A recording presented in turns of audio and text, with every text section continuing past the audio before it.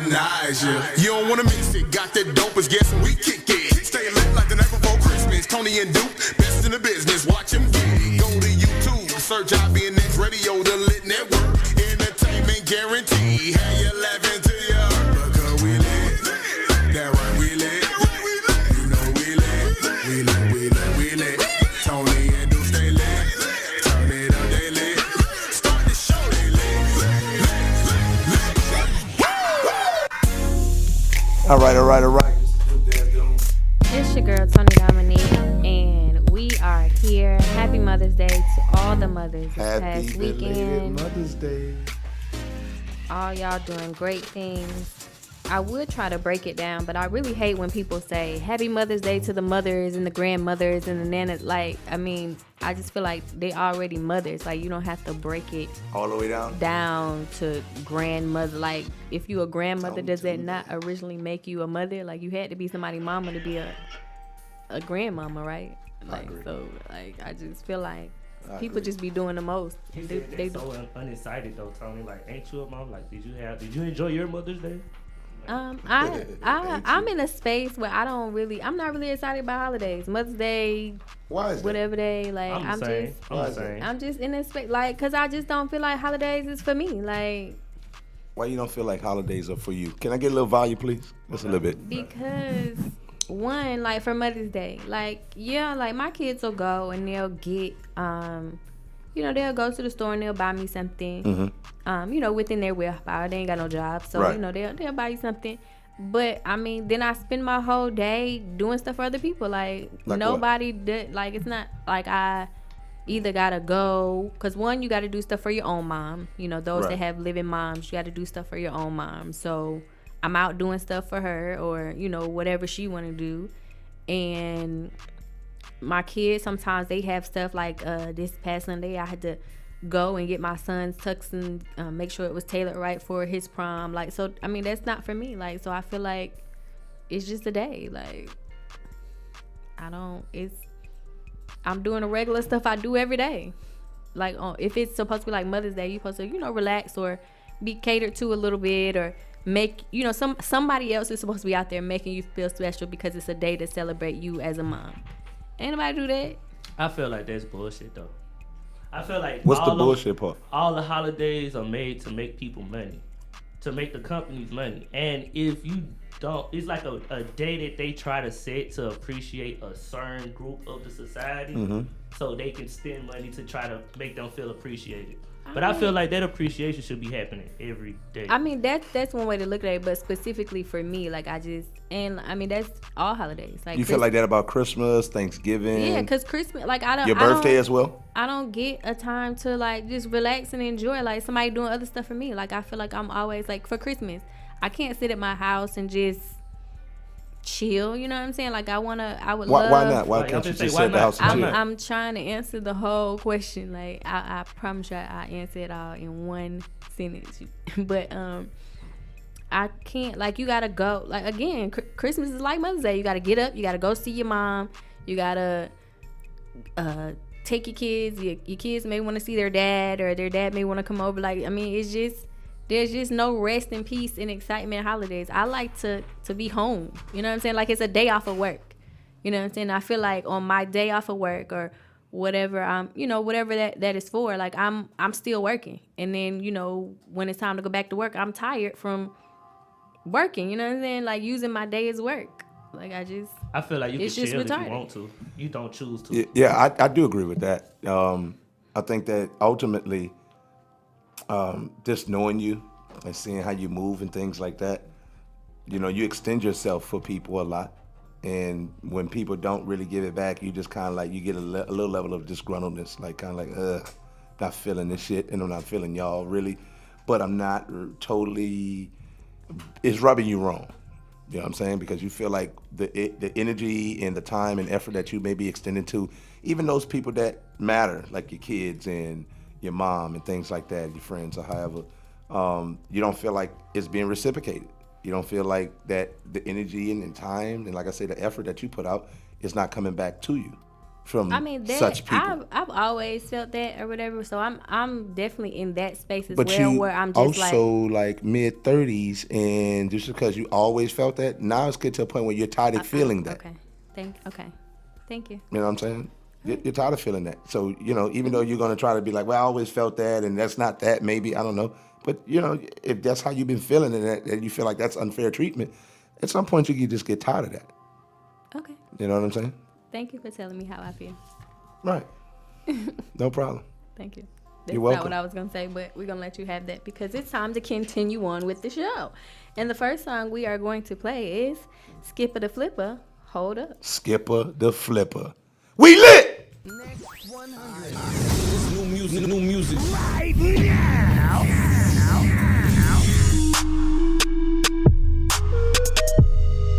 Hey, turn my headphones up, Jeff. Hey, man, having the gang, man, hear me? Hold up. Flipper. Clean drink when I pull up. Drink. Too much cash like a Brinks truck. Money. Niggas capping like they having buck. Cap. Niggas capping like they flex. Wait. Hold up. Wait. What else? Wait. Hold up. Flipper. Strong nigga call me Caesar. Strong. Bitch playing like I need her. I got 3 strikes like a dealer. Cover red dot you like you got the measles. Wait. Hold up. Hold up. Huh? Wait. Hold up. Flipper. Hold up. Huh? I put the bricks in the billy truck. I used to get off the touch and bust. I used to stop dropping pop just like Brandon Rush. Stop popping. Hold up. Wait. Trust it, make it have an earthquake. Couple thousand on my worst day. Stack your bag, you'll be okay. Swear. I'm just trying to have some fun. Swear. Give me 5K and one. Money. Backwood, big pun. Hold up. Wait. You be hating shit cause you ain't got no fun. Stay away from leechers. Stay away. I be talking to him, call me Flipper Preacher. High school, hit a sip under bleachers. I'm a fool with it, try to fuck my teacher. Lil' baby, get the capping. What else? Tell her, hold on, wait, cut it with the action. Try to beam her crazy, cut off all the traction. Get a dab of Flipper sauce and need a nap. Swear. Hold up. I'm gonna stack me $1 billion. I never really gave me a fuck. Hold up, wait, fuck Donald Trump. Clean drink when I pull up. Drink. Too much cash like a Brinks truck. Money. Niggas capping like they having buck. Cap. Niggas capping like they flex. Wait. Hold up. Huh? Wait. What else? Wait. Hold up. Flipper. Strong nigga call me Caesar. Strong. Bitch playing like I need her. I got 3 strikes like a dealer. Cover red dot you like you got the measles. Wait. Hold up. Huh? Wait. Hold up. Flipper. Hold up. Wait. Believe in faith, not fate. Swear. Before you count, say your grace. Bathe the next briefcase. Getting money. Getting to it. Stack up a M, could you really do it? My youngers on fuck, call them lighter fluid. Cook it like I'm Dexter. Cook it. Hold up, wait, grab the perks up off the dresser. You be biting, I'ma go and give you extra. Hold up, pull up all the extra. Hold up, hit it full throttle. Hold up, real gang, when I move, they move no follow. Pull Moscato on a bad petite model. Hold up, wait, you better swallow. Clean drink when I pull up. Drink. Too much cash like a Brinks truck. Money. Niggas capping like they having buck. Cap. Niggas capping like they flex. Wait. Hold up. Huh? Wait. What else? Wait. Hold up. Flipper. Strong nigga call me Caesar. Strong. Bitch playing like I need her. I got 3 strikes like a dealer. Cover red dot you like you got the measles. Wait. Hold up. Huh? Wait. Hold up. Flipper. ATL's next 100. Listen. Next 100. Touch that dial.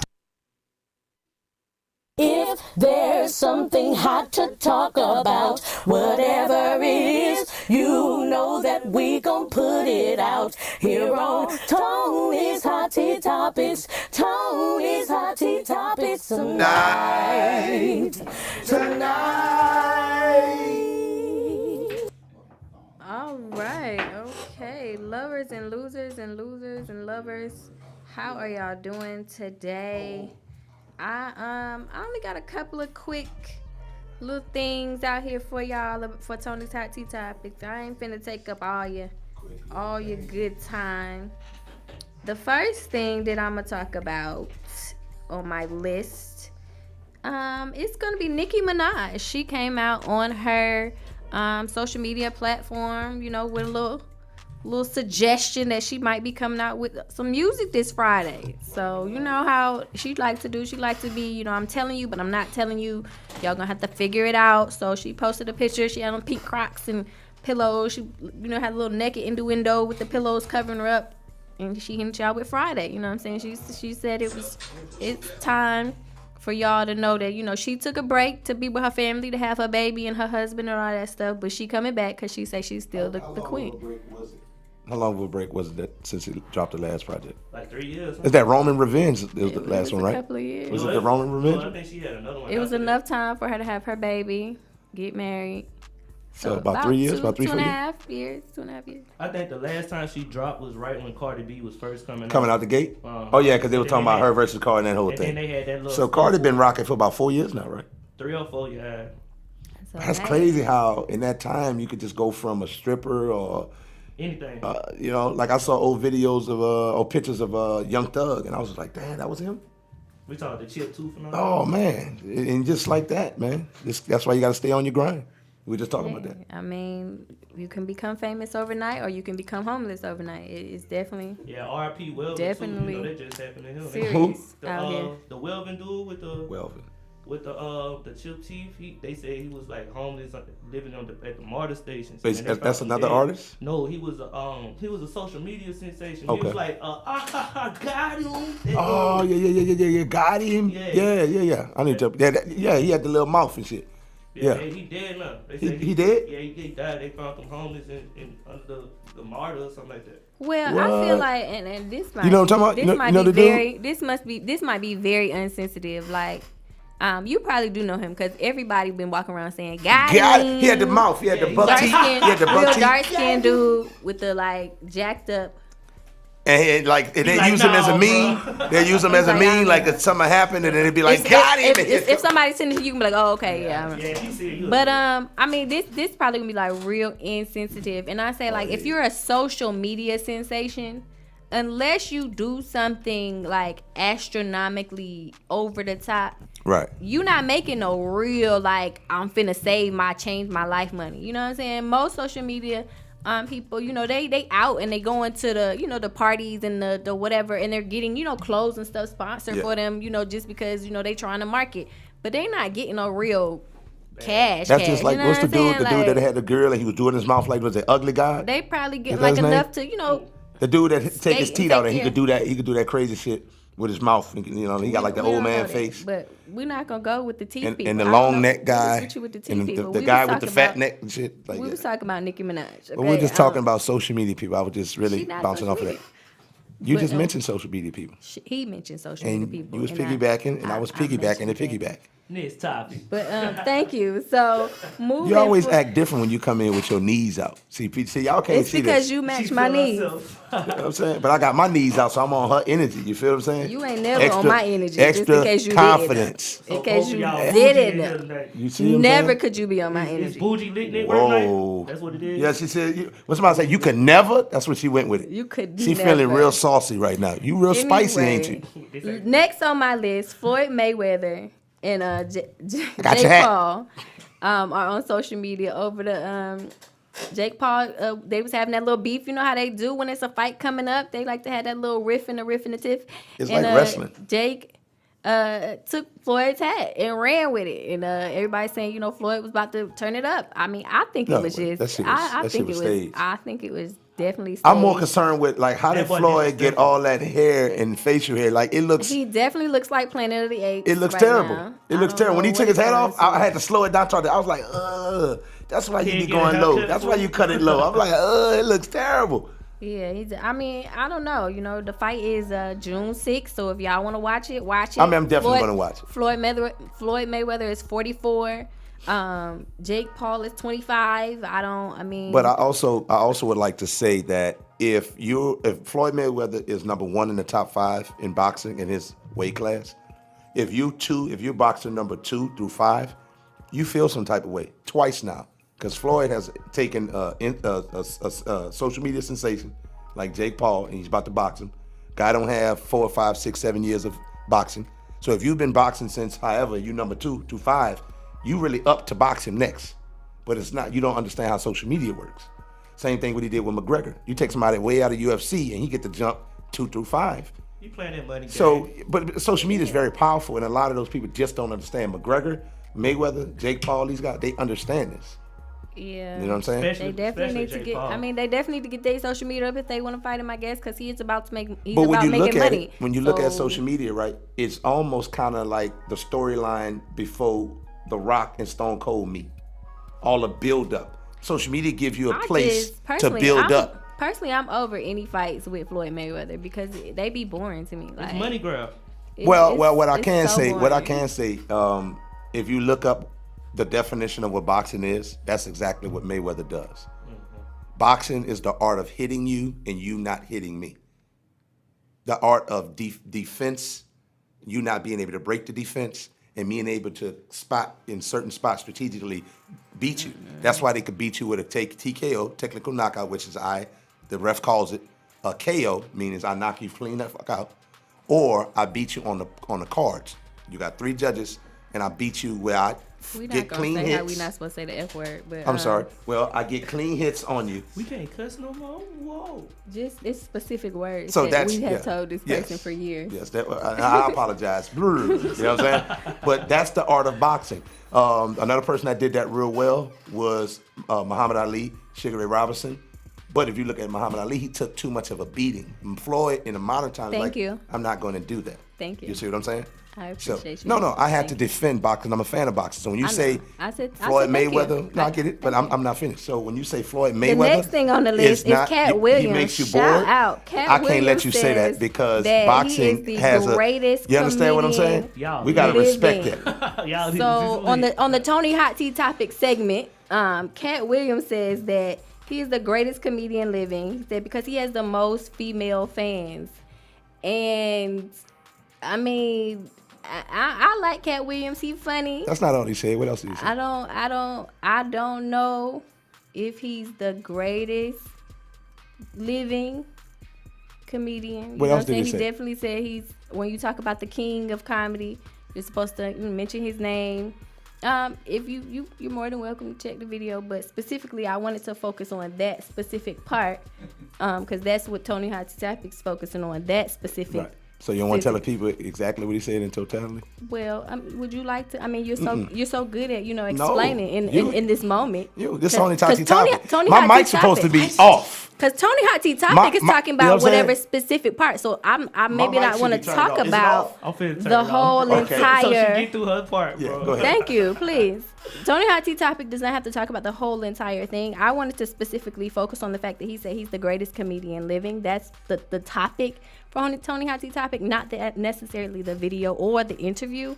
It's specifically that he stated that he is the greatest. And I don't know if Cat Williams is the greatest. However, I think he is a great comedian. I think he's funny. And I think, the years in the game definitely make him ability to say that. The 10 specials? But I don't know if he's the great. I feel like there's so many other comedians out there. But, Cat Williams, he has the right. He has the right to say, you know what I'm saying? Just like Jacquees said he the king of R&B. No, that ain't true. No. I know he's not true. The point, I'm not saying it's true. I'm saying just like he has the right to say what he feels about his art, Cat Williams has the right to feel how he feels about his art. Everybody has a right to be wrong. But what I'm saying is if you're going to bring that topic up and you're going to say just only because he got women, the man said I got 10, 11 comedy specials. Like that, the whole women thing I think is just him reaching. You know what I'm saying? But that's what he led with. Like, but also, then you also got to look at it like this too. He said, I have this, but specifically he was focused on I am this because of the women. But if you look at women to men in entertainment, who purchased women? So what he's saying is I got a bigger support system. You see what I'm saying? So therefore, if I have a bigger support system, and this is all his perspective, I'm just breaking it down, trying to make sense of it. That sounds ridiculous, but I understand that most women support in reference to men, like versus men. So I get it. Then when you say I dropped 10 albums or 10 comedy specials, how many people got that? Not a lot of people have that.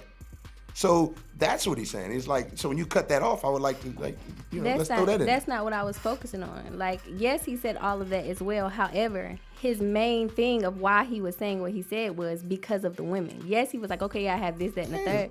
Okay. But his highlight that he was trying to present in his interview that I received again for the Toni Hot Tea Topic is the women portion. All right. Next on my list is Serena Williams is in the the news because of her makeup. I mean, people say that she's bleaching her skin, and they're saying that it's because she's with her white husband and they got their mixed child. I think personally she just had a bad makeup job. I mean, every celebrity has had it, and I mean, I feel like when you bleach your skin, you usually start with your body and stuff like that too. But the rest of her body is just the regular color. You know what I'm saying? It's just her face and her neck, which is. No, where that's the makeup. not. But that's normally what people bleach. Their face and their neck. Hey, that Cat Williams photo that you picked, it looked like he looking at Serena Williams like, what the fuck? What the heck is going on?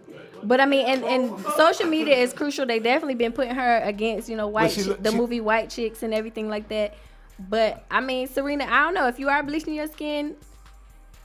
It's her prerogative. She can be who she want to be. She's Serena Williams. Yeah, I mean, but she does. But she does look like the women in Africa, though. You know what I'm saying? A lot of the women in Africa are bleaching their skin. That's happening in the Caribbean and that's happening in Africa. I'm saying. I think it's just bad makeup. Sammy Sosa did it. I'm catching Michael Jackson vibes. Vibes Cartel did it. Check a nose. Michael Jackson vibes. But you feel like she want to be a Michael Jackson. She gonna next thing you know she gonna be all different. That's what it looked like. Cause it's more than just a bad makeup job. Cause her neck, you could tell a bad makeup job cause they face be a different color from their neck. Right. I mean, I think it could be some bleaching. I mean, when you do your makeup, whoever do your makeup, if you do it right, you're supposed to do your face and your neck. So if her artist or whatever did her face, they know to blend down to the neck. So I mean, I don't know. But that don't look like a blend. That's what I'm trying to tell you. I don't know. That's not a quality blend. I'm a barber. Well, that blend job terrible. First, I want to ask one, who posted this picture? Because it looked like she had some professional pictures done, which means those professional pictures supposed to stay with her. So she looked at herself and you know what? These are some good quality pictures. But y'all not showing the post. feet, though. Yeah, the feet was the foot. I don't know if I didn't see both of them, but that foot that was sticking, I was like, oh. I zoomed in. I was like, oh, that's terrible. That's terrible. Zoomed in on her feet? Like a Negro. Yes. Black folks. Like for real, you know who else feet? You know who else feet terrible? I zoomed in on Just Hilarious. I saw I zoomed on her. Your feet, why you talking about? But I'm just saying though, like if you got your feet out, you put them on display. You know what I'm saying? So if you got them on display, I'm gonna check them out. You know what I'm saying? And nice feet always is appealing, right? Even if a guy puts his feet on you, you like, if they look nice, you're like, okay, I really don't do feet, but okay. But if they don't, you're like, man, what? Nah, if you don't do feet, it don't matter how nice your feet look. Well, I'm just saying, if it's your guy, right? You know, if it's be receptive to it. No. I know a lot of people that don't like feet, and they be like, they don't care if it's they do, they mom. They don't even care sometimes if it's their children. I don't like breath. Do feet. Right, I really like breath. I don't like about breathing in me. If I'm laying down, don't face me and breathe. I don't like that, right? I just don't like it. Plus, I got a little asthma. I don't know if I grew out of it all the way. So it just makes it constricting to breathe. But if your breath stink, I'm about to curse. Stop. Turn around. We're going to spoon. Bro, where they come from? It's the same thing. Like, you know what I'm saying? Some stuff is like, you may not do it, but if it's appropriate, I can accept it a lot better. So if their breath smell okay, they can, breathe in your space a little bit. Not for a long time, but a little bit. Yes, I can. But if it stink, get out and move to the next room. Oh, it's crazy. You know what I'm saying? You ever been sitting behind somebody in a car, like you're in a car, and they talking and you can smell it, and they got the window down and it blow you in the back seat? You like, oh, I can't even get out of here. It sound like you was in the car with a dragon, bro. Nah, some people just, especially if you had a long day, you be eating all type of different things. Like, like sometimes it could get a little funky. It could get, Yeah, I feel that, but I ain't never. It get tangy. I don't know, son. I ain't never just smelled nobody's breath across a car. You feel me? With the windows down. You know what I'm saying? Y'all, I don't know. I'm telling you, I have. I was like, oh boy, this is crazy. Yeah, that's a dragon, bro. Usually, like the people whose breath, like that get me. I never really just smelled nobody's breath that was just stink. But like.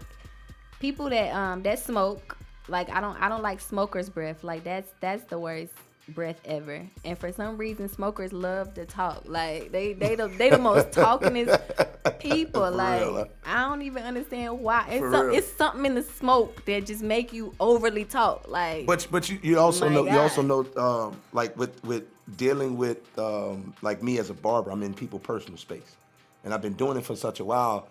I've smelled body odor that's just like, it makes me stand back. I've smelled breath that make me like, damn, I gotta stop talking to him because he won't shut up. I need him to be quiet. You know what I'm saying? But he wanna ask me, who's better out of LeBron or Kobe? barbershop talk. And I'm just like, damn. You know what I'm saying? And there's been times when I'm talking and I'm like, this person's bread is terrible. And everybody like, Duke, what's up? What you think about that? I'm just like, all right, y'all. I gotta play it off like it's a headache. To get through the last thing on my list, because we cutting into interview time.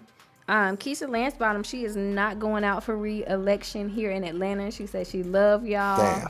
But in her heart of hearts, she prayed to God, and God told her this is the end of the season for her. So I don't know who the new Atlanta mayor gonna be. I don't know what the city gonna look like.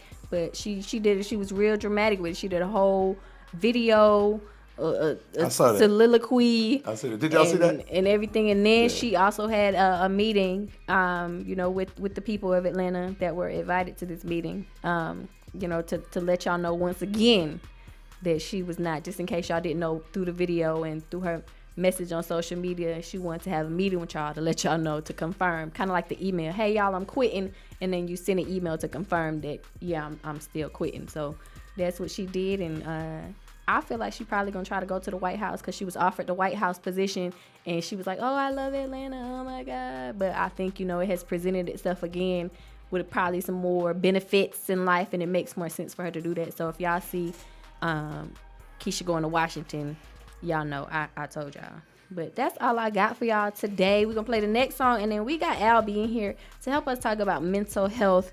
It's a lot going on, and there's a lot of things that we don't talk about with mental health. So we're gonna play Miss Bree, Down Like That, and we're gonna get into this conversation. We lit! Next 100 runs the new joints first.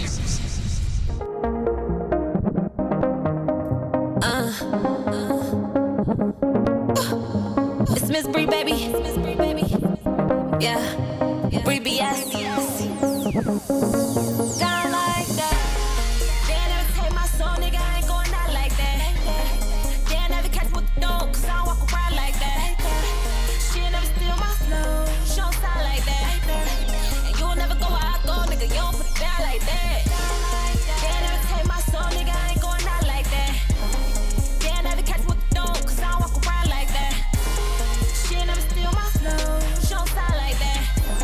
And you'll never go where I go, nigga. You don't put it down like that. I never sell my soul to no nigga. And mama, we can get it every city we can visit, baby. I just wanna roll with you. And you a queen, you a queen. I just wanna stack a lot of millions on the throne with you. Tell my granny I ain't seen her in a minute, but I swear to God, I'ma get the money, send it home to you. Even though I'm thinking you the reason that my daddy never stood up, you ain't let him go. Yeah, you was doing everything for him at the same time, you ain't never let him grow. Now this shit too deep. He not no man, he a bitch and he weak. One for my mama, be left in the streets. That nigga never put effort in me. I ain't worried about it, no. If I have a problem, I'ma call my bro. They both by my side, both with it, both grow. And they both bring the smoke by the bolo. I never do anything to put my brothers in a fucked up situation. But if you touch me, then they come and they don't give a fuck about the cake. They never take my soul, nigga, I ain't going out like that. They never catch with the dog, cause I don't walk around like that. She never steal my flow, she don't sound like that. And you'll never go where I go, nigga, you don't put it down like that. They never take my soul, nigga, I ain't going out like that. They never catch with the dog, cause I don't walk around like that. She never steal my flow, she don't sound like that. And you'll never go where I go, nigga, you don't put it down like that. Down like that. My bro might empty up that clip and fill that round right back. He don't play them games, don't fool around like that. He got my back while I go hard to put my town on the map. Cause there's a lot of haters out there where I'm from. I'm hip to it, I ain't never been a dum-dum. Money skip to it like Lulu or Lum-Lum. I'll take a jet from Japan out to London. Yeah, I'm blessed, get my bread in abundance. Write a check, need my cash in a lump sum. You was hot in the past, now redundant. I spit fire like a dragon in dungeon. Tragedy, if a nigga wanna race, ain't no passing me. I hear a lame on the low, say he managed me. He got control like remotes with no batteries. And I control them all. And I stay on the court, I control the ball. And I came with a team from the deep end. You know Bree come through with good defense. Yeah. They never take my soul, nigga, I ain't going out like that. They never catch with the dog, cause I don't walk around like that. She never steal my flow, she don't sound like that.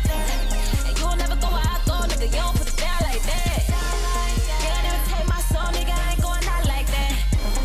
They never catch with the dog, cause I don't walk around like that. She never steal my flow, she don't sound like that. And you'll never go where I go, nigga, you don't put it down like that.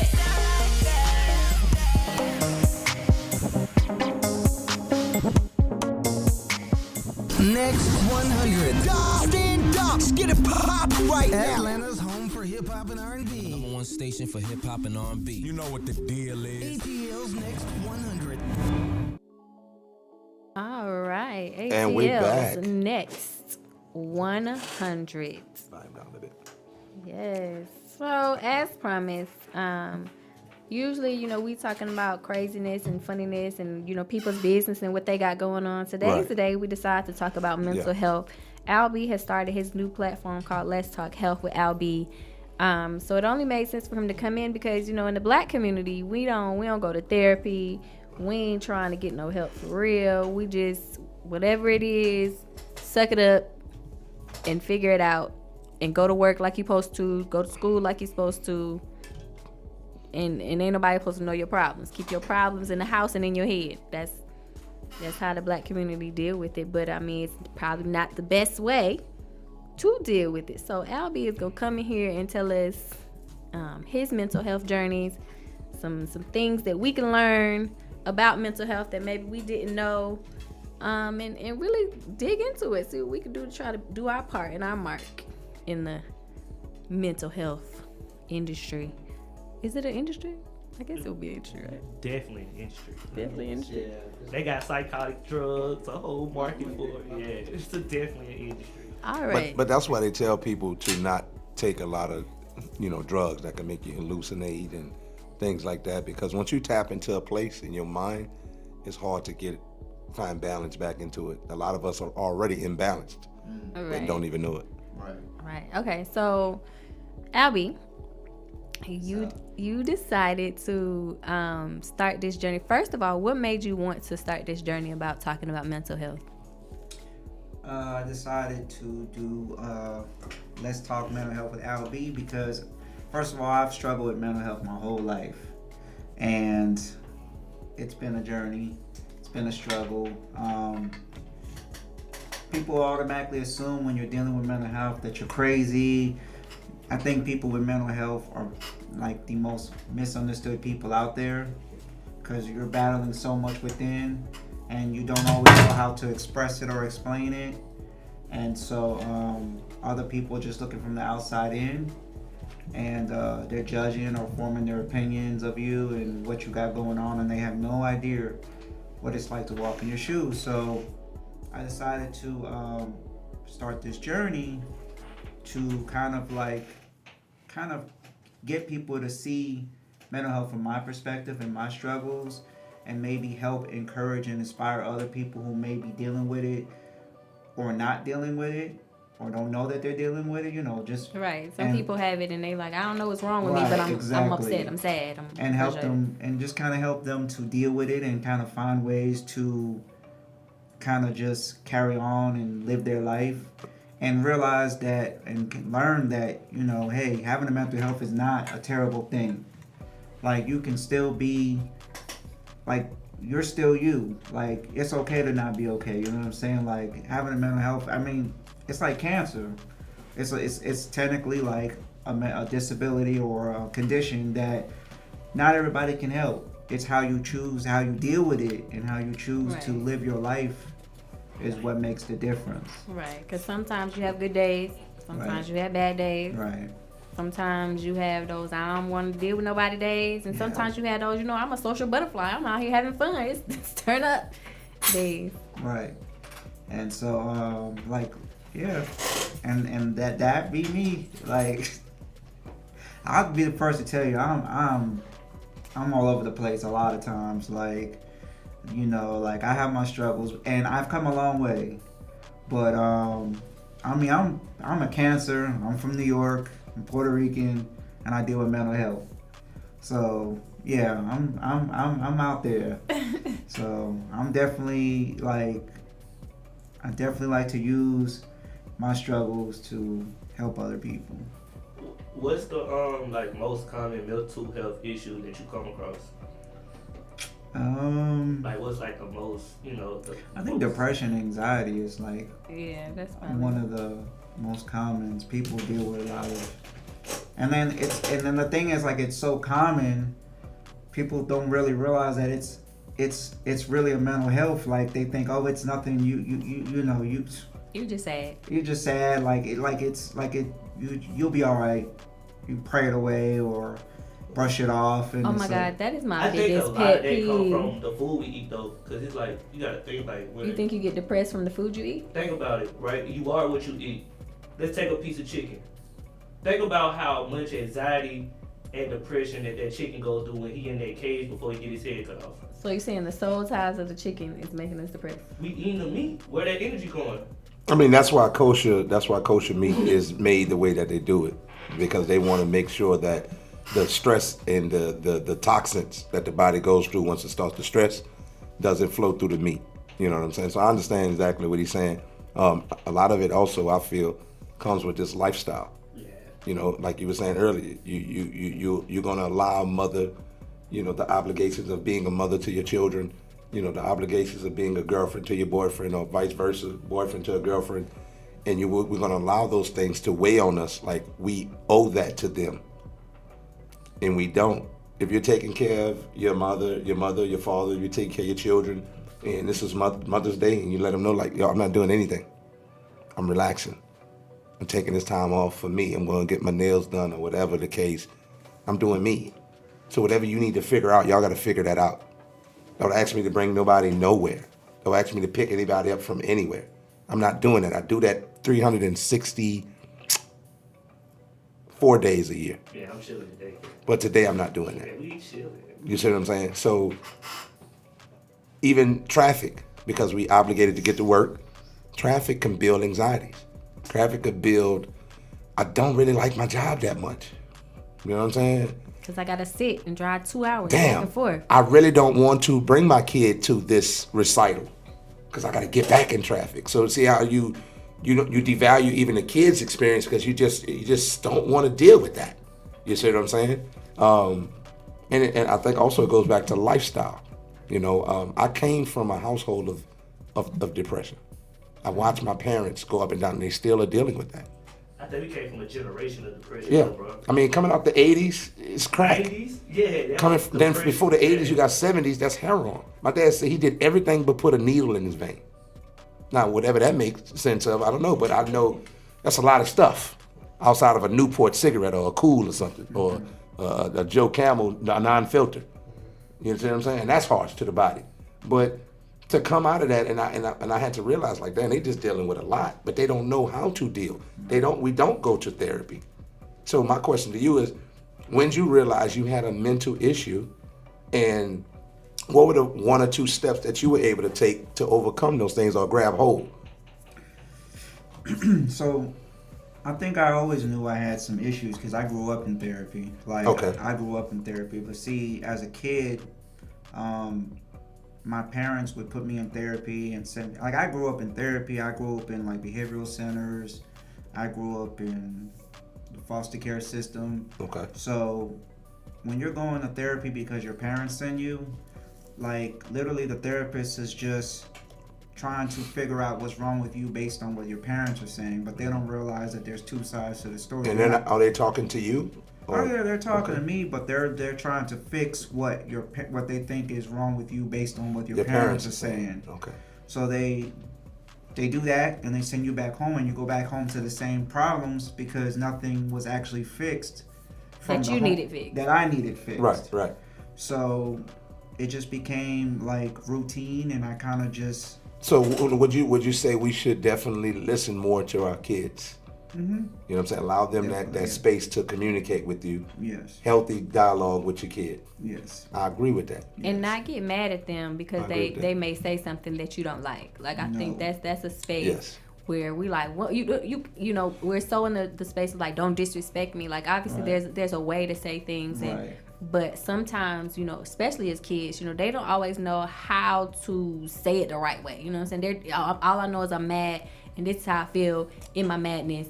And in order to get it out, it sounds like this. And we like, the audacity of you to say it that way to me. Yeah. Yeah, it was last weekend I had my daughter, just for a quick little overnight. And she was crying because she was like, and she just came and she was like, Daddy, can you take me home? Because she wanted to go by her mom. She lived there, and she's always spent a lot of time with her mom. And I just told her, I was like, no. You know, and she just was like, kind of like, well, I can't go back and forth with my dad, but I saw in my periphery, she was still puzzled. So after she got the phone, mother, whatever, and I was just explaining to her as we watched TV. So I said, okay, dude, what do I have on TV? I have on TV, you know, something I'm interested in. So let me change the visual that's in front of her. And now her defenses go down, something she wants to watch, Barbie Dream House. And then I can have a conversation with her and just let her know, hey, Daddy just want to spend time with you. But I don't ever want you to feel like I'm telling you can't go home or you can't go into that peaceful state or that place where that's cozy and whatever. Right. But she do know when it's Daddy, it's just Daddy. And you know what I'm saying? When my mom, it's more of a village. She loves that. She's like me. She loves family. You see what I'm saying? So I understand. Right. But I tell her, and all you can do is communicate with a kid. And I think that's one of the best things that you can do. Allow that conversation to take place. Her mother tells me that she tells me things, and I got to go back to her mother and be like, hey, did you know this? She was like, no, she didn't tell me that. Mm-hmm. I was like, well, she said this happened earlier today, or she said this happened the other day, or over the weekend. She's like, I talked to her several times, and she don't say this to me. I think we also forget, like, as parents, like, it's the reason our kids are so comfortable is because of, our own personal mental health. You know what I'm saying? If we all stressed and tight and that energy, even if we don't say it to our kids or even if we're not yelling at our kids, they feel that. You know what I'm saying? And so whether it's your kid or your significant other or your friends or whatever, like you like, okay, well, you ain't say nothing to me. You ain't well, you know, when I walked in the room, you didn't say anything, but your face all tight up and looking all mad, or you know what I'm saying, your body posture look like don't mess with me, don't say nothing to me. I don't, you know what I'm saying? So nobody wants to irritate your space if you already in an irritated space. You know what I'm saying? So a lot of people don't say stuff. A lot of kids don't say stuff. It's like, okay, well, mommy got off work and she just, or we've been driving, you know, mommy picked me up from daycare or school or whatever. Daddy picked me up and she on the phone, you know, so-and-so, I just had a bad day, girl. My boss getting on my nerves and this, that, and the third, or these kids, or, you know, wherever, you know, whatever you do, like the kids hear that. And we forget they in the background because they hear it, they feel it. And I had that conversation with a client of mine because I notice every time she comes into the shop and gets her son haircut, it's always a level of gossip that's being had on the phone. And I had that conversation with my daughter. I was like, you do know she's absorbing that and realizing that she's trying to compartmentalize who you are. Outside of mommy, who is this person? Right.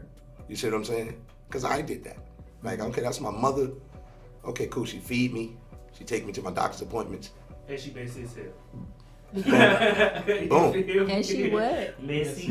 And if that's not who you are, oh my God, then you like, well, I don't like that, but I can't tell my mama what to do. Yeah, I just could be different. You see what I'm saying? But we forget that kids are little human beings that are processing you first. And then I go to my friend's house. My friend mama don't do that. She read to me. My friend daddy don't do that. We sit at the dinner table. You feel what I'm saying? Mm-hmm. Those things were important. See, I had a mother that didn't do that, and I had a grandmother that's what she did. We said at the dinner table, we taking these hats off. Mm-hmm. In the house. I go by mom's. You don't gotta take a hat off. You don't, you know, fix your bed, clean it up, but you don't really have to. Mm-hmm. My mother was younger. She had me at 18 years old. Mm-hmm. She's still trying to kick it and hang out. So while you're trying to move around, you're really not focusing on the offspring and what he or she may need, because you're still in your space of wanting to do the shit you want to do. Mm-hmm. This elder lady who has had kids, who brought me into the world, she's settled. She ain't going nowhere. She about to watch Murder, She Wrote, Perry Mason. She about to put us down. She gonna fold this laundry. You know what I'm saying? Mm-hmm. You know, like, it was a level of cohesiveness that was more locked in by my grandmother, so I was able to see it. So, you know, I didn't really want to have a kid in wedlock, that type of thing, but when it happened, I'm like, you know what? I gotta make sure I ensure that my daughter knows that, yeah, it's when you come my daddy, it's pretty much dad. But we gonna sit down, we gonna eat together. I'm gonna ask you how your day was. I'm gonna get in tune with how you're feeling and what's going on with you. And I think a lot of times we don't allow our kids to have that say. The flip side of that is, too much say is too bad. Yeah, kids are manipulated, bro. Because they're very sharp and they have a lot to their disposal. And I think what's making kids depressed, see, us, we came out the hose pipe water, rode our bike, scraped our knee, got back to it. These kids are dealing with shock things that's traumatizing to them because it's too much information too early. It's that, but it's also the fact that... Bruh, at 5 and 6, I wasn't consuming grown adult type of stuff. I was. But that's why I say I don't think it's But that just means the also environment in which you grew up generation. in. Like there's a difference in years between, not a lot, but I mean there's still a difference in years between what he grew up seeing and what you grew up seeing. Yeah, in 1994, I'm 10 years old. In 1994, I'm born. You feel what I'm saying? I feel it. So growing up in an environment where you can get on your phone and you can see all whatever you want to see, and then now the people can put pop-up stuff in there. You see what I'm saying? They didn't have no cartoon that somebody made and slid into my Sunday morning program where it said, hey, go and kill yourself, slit your wrist. You know what I'm saying? Remember that cartoon that was on? Yeah. Oh, I forgot what the name. Momo. Yeah. We didn't have that. Like, for instance, I did. It started with my generation, right? But when with my generation, but that's all toxic for a child to have to process. But see, this is the thing that children are doing now, right? And I think this is the biggest key with parents is because when a child come ask you a question, 9 times out of 10 they done already Googled it. They trying to see if you gonna lie to them or not. I can see that. And if you lie to them, I have a question for you. I mean, I'm sorry. Go ahead and finish your sentence. Oh no, I'm just saying if you lie to them, then you feel me? They not gonna trust nothing that you. No, you're right about that because they do that. Like we just talking stuff in the shop, and they'll just be like, "Yo, that ain't what the Google said." And we like, bro, goddamn, this shop is to lie, bro. You ain't got to be Googling and fact checking. So now you're right about that. So my question to you, Albie, is how would you say a person can support people that maybe don't have mental health or don't know much about mental health? How can they support people with mental health? Or how would you, specifically if you switch it to just you, like when you think about your issues, how can your family, your friends support you? Be understanding, like try to not look at it from your perspective, because obviously we're battling with something. We're not like, because it used to be really bad back in the day, like years ago. I didn't wake up in the morning wanting to be angry and wanting to lash out and wanting to be unstable. So it's like, try to understand that, you know, a person is really like battling with something, and really try to like just kind of be patient and learn and work with them. And one thing about me, I've always said, as long as I'm working on myself, don't give up on me, don't quit on me. Now, if I'm not doing, because there's people who I know personally that have mental health that don't do anything. You know what I'm saying? And like me personally, I'm on medication by choice. Like no one's forcing me to do anything that I want to do. I'm on a medication by choice. I've been on it for like 2 years, because there was times where like it was hard for me to, like, let's say you have some stuff going on. Like 2 years ago, like I was struggling with finding a job, and I had just a lot of different things going on. And when you're dealing with mental health, all those things can be intensified. Like, you know, things that normally wouldn't bother you or wouldn't be that big of a deal, when you're dealing with mental health, it just makes you feel like the whole world is like a mess. Like and then you start thinking that you're worthless, like you want to die, all these different things. And it's very taxing to you emotionally and physically. And I got tired of feeling that way. And so when I put myself on the medication, I was dealing with all of that stuff, and I wanted to have some clarity, because when you have clarity in your mind, you're able to kind of deal with everything a lot better. And so when I noticed the change in myself, I just decided to stay on it. Like I just stayed on it because it just makes me feel better, and I'm able to like deal with things. Like for instance, like even this week is a very hard week for me, because I'm dealing with the loss of my mother. My mother died on Mother's Day 4 years ago. I'm sorry. But the anniversary is on the 14th, and then her birthday's 2 days after.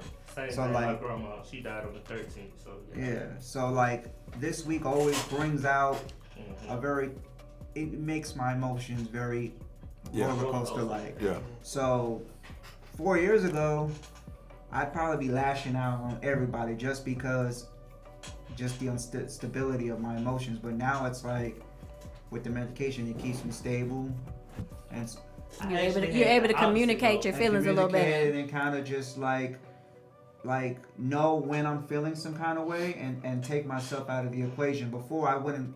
You just react. You don't think about it. You react now, think later.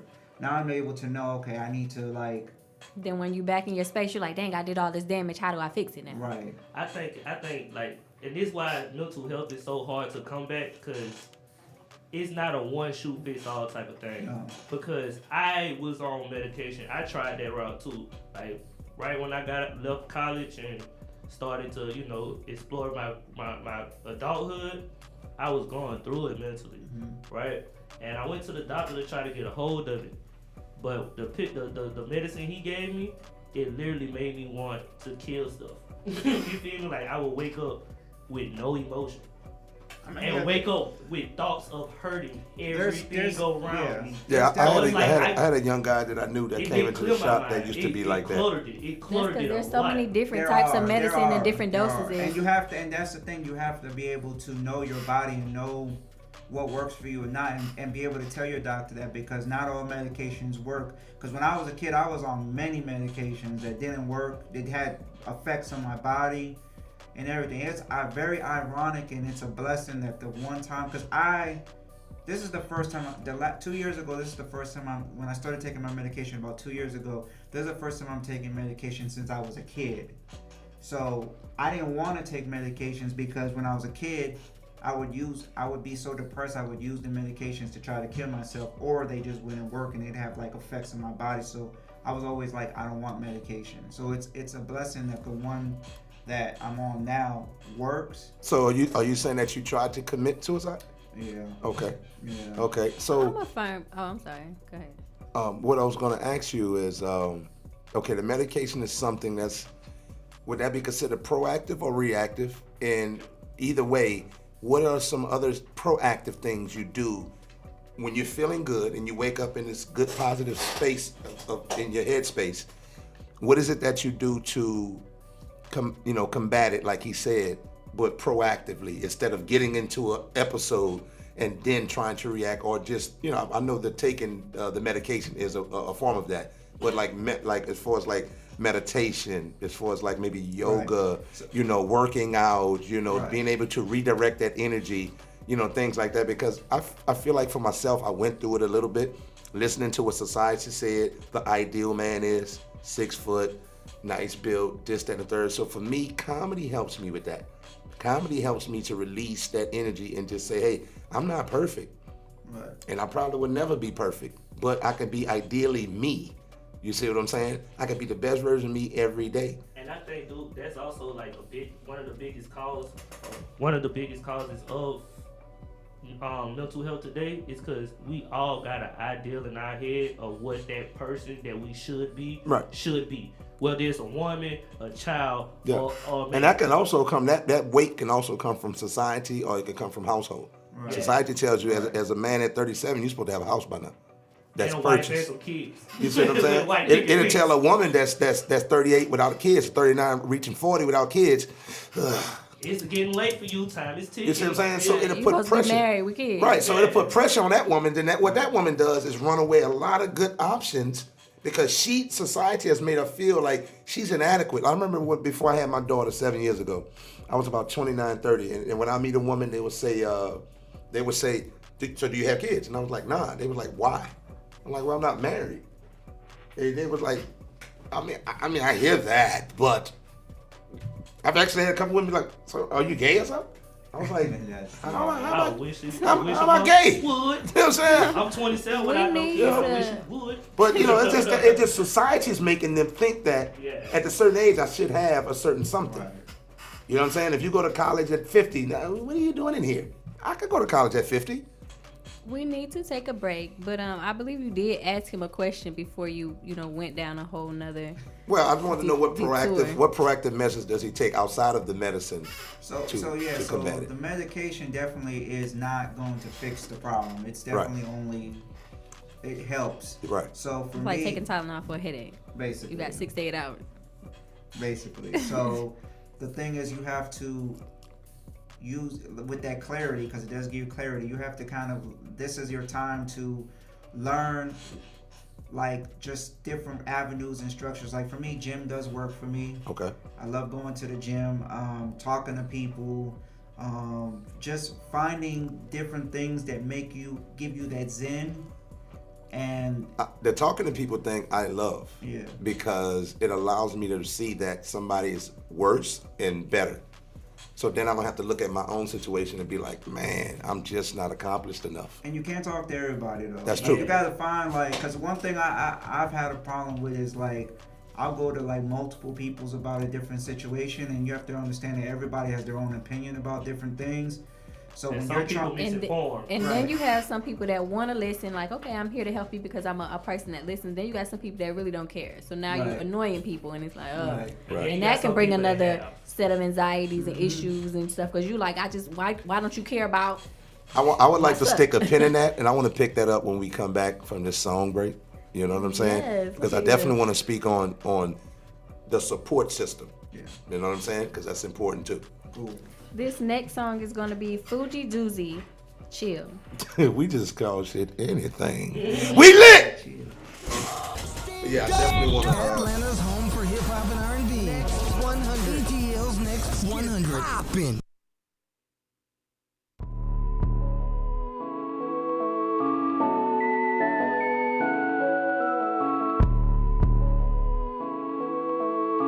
Yeah, cut. We in the whip, roller set. We getting blaze. Sit back, take a hit. We get crossfade. We got a bitch, we rollin' with. She's getting laid. Now we roll a G. We chillin' days. Sour D, OG Kush. I roll it good. A game of lead, a paper tree. Come roll with me. Picture me getting on in the track on. I ain't going home till I get swole. I got this pack, I'm in the lap. Roll up the tree, I'm having that. You want a sack, I give you that. Bitch, I'm the track. I spin the racks, I get it back. Bitch, I'm on track, I watch it stack. Spin the racks, I get it back. Bitch, I'm on track, I watch it stack. I roll, I skate, I meditate. These niggas bait. I'm at the mall, I spend it all. Bitch, that's I ball. Vans on, Gold Storm. I'm grandpa, flying kites, getting right. I'ma stay high till I die. Bitch, watch me right. We in the whip, roller set. We getting blaze. Sit back, take a hit. We get crossfade. We got a bitch, we rollin' with. She's getting laid. Now we roll a G. We chillin' days. It's Young D, I'm in the lead. Baby, come smoke with me. I know what you need. A nigga from the east. I come with that heat. I need you to come with me so we can smoke on some tree. Look at me, I drippin' from my head to my feet. A pink dress, I don't care, I still take your bitch and pass her right back to my clique. We in the whip, roller set. We getting blaze. Sit back, take a hit. We get crossfade.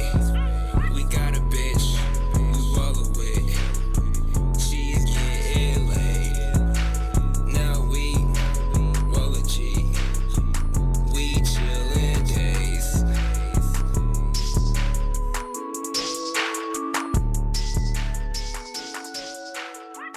Powered by IBNXRadioNetwork.com. Station I listen to 24/7. ATL's next 100. Next 100. Don't get it twisted. All right, and we're back. Like I said, I wanted to stick a pin in it just a minute ago, and I want to get back to that. The support system. Do you have a nice group of friends and family who you can talk to? Say if you wake up 1-2 o'clock in the morning and you're just feeling that anxiousness and that wave, that energy, that negative dark cloud come about. Do you have any go-to people that you can talk to? yeah. Yeah, and that's key, right? Mm-hmm. That helps a lot. Mm-hmm. Now, when you're feeling good, are those the same people that you can talk to, or does it change? So it's the same people? Good stuff. Okay. I have a question. So my question is, you're a business owner. Yeah. And with being a business owner, you know, you have a lot that you have to do. You know what I'm saying? Being an entrepreneur, you got to, you know, make sure the money is coming in. You got to make sure you got your clients, your marketing, you're doing what you said you're going to do for your clients. So how, with dealing with mental health, does that affect your business? Like, does it slow you down? Have you ever lost clients off of, you know, being in a bad mode, you know, or that dark cloud, like he was saying? Like, have you ever blown up on a client, you know, just, you know, not realizing what space that you're in, or, you know, or anything like that? So no, I've never blown up on a client, because usually, because of the type of business I am in, with the organizing, like, that's very therapeutic. That's another thing that I use. It's an outlet. That's kind of how I turned it into a business. Right. Matter of fact, I was here before on Albe's King. Absolutely. Yeah. So, yeah. So that for me is therapy. So like whenever I'm doing that, I'm in my zone. So, but yeah, it has affected me where, like post work, like just getting to the job or like committing to it. I've had that happen, you know, like where it's like affected me sealing the deal or whatever.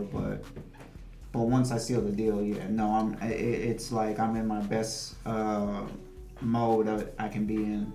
Are you a person that is celebratory? Do you celebrate your wins, your accomplishments, your advancements? You know, I try to. I still battle with that, because I still deal with my own insecurities, right. And I felt like I was not saying a loser, but when you're used to losing a lot in your life, right. It's like, because I get people all the time like, man, you're really good at what you do, and no, I totally understand what you're saying when you say that. Yeah, and I'm like, you're like great at what you do, and I'm like, thank you, like I'm grateful of it, but then in the back of my mind, I'm like, I'm still like, I ain't where I want to be. I could have better. Like, I could have did it better. Yeah, I could have did it like this. Yeah. Why? Yeah. I mean, it's all right. Yeah. I'm bad at that, and I've learned to. I've learned to. Sometimes you just got to pat yourself on the back. Sometimes you got to just take yourself out on a good dinner. Right. Sometimes you got to just go and shop. Not shop for depression, shop for accomplishment. You know what I'm saying? And that, the intention in what you do means a lot. You know, like we could go drink and be celebratory because we about to have a kid. We could be drinking, be celebratory because somebody just graduated college, high school, you know? Right. Or we could go drink because we down and, you know, we're not making enough money and, you know what I'm saying? So the intent and the purpose of why you're doing something just shifts the energy. Right. You know what I'm saying? I totally understand why women like retail therapy. Because when I go shopping, I be feeling good. I'm like, hell yeah, I got new thread. It smell like a new pair of shoes. You feel what I'm saying? Oh, and the jeans to match with the shirt on the top or whatever with the hat, right? And but the fresh cut too. But just imagine when you have all you need and you still shopping.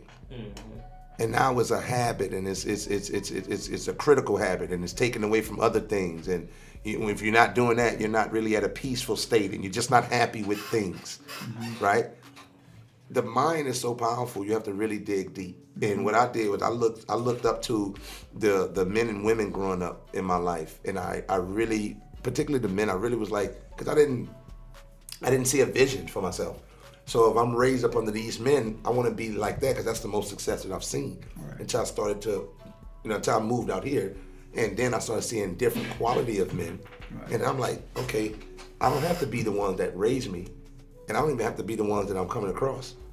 But how can I pull the little bits and pieces to be the best version of me? Right. So therefore, when I do have somebody here that's relying on me like my daughter is today, I could give her the best of me.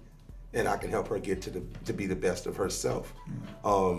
Living up to a societal standard or a family standard is very tough. And I started to see that for me, it was really weighing on me. You know what I'm saying? Talking to cousins and families and friends and seeing a good friend of mine advance and get married and have his kid, and his kid's not in a wetlock. And I'm like, damn, well, why I gotta have a wetlock kid? You know what I'm saying? Why I can't make that work? Well, I can't have a relationship that could be ongoing and it work, and you know what I'm saying, and I can build through that. Like, why I can't have that? You know what I'm saying? And it's not like, why can't you? It's just that hasn't been your reality yet, but that don't mean that you're not good enough for that. Exactly. You see what I'm saying? It's a big, major mind F that you got to do yourself with dealing with them emotions, and you know. And to say what you, so one of the things I've battled with all my life is like growing up with the problems that I've had, my family being adopted, not really having the best relationship, and feeling like there's so Now, when you much say the best relationship with parents, with my family, period. Okay. And then like feeling like, like all that I've been through in my life, and I'm still here. There's got to be something better. Like I know I can do this. I know I can do that. Like I know I'm like, and then like seeing other people excelling, and it bothered me. Yes. Like, and then now like so another thing that's been a stress. So I just found out last year at the beginning of the year, like I have this whole new identity. Because I could tell you, I was adopted as a kid. Right. So I just found my biological family last year, which has been That's dope. great. That's dope. But then I found out I'm not Puerto Rican after all. I was raised my whole life Puerto Rican. Like people don't. Do you speak Spanish too? I do speak Okay, Spanish. cool. But So like, what are you? I'm actually Italian and Nigerian. Like my mother was the white. That's the furthest. My mother was white, and my dad is black. Okay. But like when I did the DNA thing, like no Puerto Rican, like not even 1%. So like that. So you was adopted by a Puerto Rican family? Yeah, but okay. Again, I was always. And you can pass for it. And I look Puerto Rican. Yeah, right? you can pass for it. Yeah, so like just dealing with that, like all these different things, like, and then it has to switch up your identity. You So you're not like everything that I thought I was. I'm not. Wait a minute. Right, and then learning that about my new family and all that. So I have to tell myself basically like, look, like this is one thing I'm working on myself is like, your life is not anybody else's life. Like, right, it's not gonna happen the way you want it or the way you see it's happening. But you know what I'm saying. But be patient with yourself and just know that everything is coming. I remember there was a time I would be on MARTA saying like, I'm gonna get a car one day. I'm gonna get a car one day, and I got a car. Like I've been had a car now, but like so like now I'm in the process of I want to be a homeowner by the time I'm 40. Right, gotcha. So like I'm telling myself like, you used to say that you're gonna get a car one day. So be patient with yourself. Like these are things that will help you. Yes. Like patience is everything, man. Not have to be too hard on yourself. Not have expectations that. Right. Acknowledging what you have accomplished at least. Right, because like when you like have all these expectations of things and looking at other people's lives, that messes with your mental health too. And you know what? I feel like that's the biggest cause, bro. I think I want to try the 23andMe or the thing, but I'm on the fence because I mean it is what it is, but I feel specifically for me trying it, I'm on the fence not because I don't trust it, because I feel like I go to the doctor, they done took my blood and then I get my regular checkups, so I mean my blood, if they're gonna clone me or do anything crazy, they already got 23andMe, the DNA. Yeah. DNA. Oh no, but you would do the spit. That's what I did with the Ancestry.com. Yeah, I did spit. I mean, DNA is your DNA, but the thing is, I'm terrified of what I might find. Like my family is so secretive about who my family is, and like so you grow up like, okay, this is my cousin, these my cousin, and you find out later in the day, oh wait, those not your cousins, they just really close, so we all grew up together, so we just start calling each other cousins. And I'm like, I'm not ready. I'm ready, but I'm not ready. I was terrified too, believe me. I was terrified, and I was kind of like, I wouldn't say forced to do it, but kind of pushed to do it. And my whole life I battled with, do I want to know, do I not want to know? And then of course with my mother. So when I say my mother who raised me, because I've been with them since I was 8 months old. Gotcha. So that's my mother. Gotcha. So when she died, it made it a little easier to feel comfortable. But I still was like, now I'm like, do I want to disrupt the memory of my mother? Like I feel like I'm kind of like not honoring her memory. Tainting her greatness. Right. She's my mom. That's all I need to know. Right. But when I say now, I feel so like just knowing now, like I just kind of feel like it just kind of helped me just kind of know where I came from. Because I knew there was always something missing. I think that had a lot to do with my mental health too. Yeah. Knowing that I was adopted, knowing that I would have I have siblings. I grew up as the youngest of 9 kids, and like just seeing other people look like their siblings, and I was saying I want to look like somebody. I wonder if somebody out there looks like me. Right. And I have a sister, like she is like we're Irish twins. Like we're 13 months apart. She's 13 months older than me. Like, we're literally like twins. Y'all look exactly alike. We look exactly. I mean, I look like her. She looks like me with a wig on. Like, if I put a wig on, we'd be twins for real. That's dope, man. But those things help me, like, just kind of know. So I definitely feel, of course, do it in your time. But I do think that it helps a lot. It really does help you internally, and I know it helped me a lot. So I think it's okay. I was always prideful, knowing who my dad was, knowing who, my mother is, so I always had a sense of pride in family. But my mother did, after Katrina hit, she did some research, and we had a family reunion we had to go to. And I found out that a lot of my Desdunes last name and heritage is Haitian. Mm-hmm. And then I started doing, research on Haiti and things like that. And it was just like, wow. And it made me proud, you know what I'm saying, to be from a place. Then I started finding out more things about other Desdunes, because it's not a lot.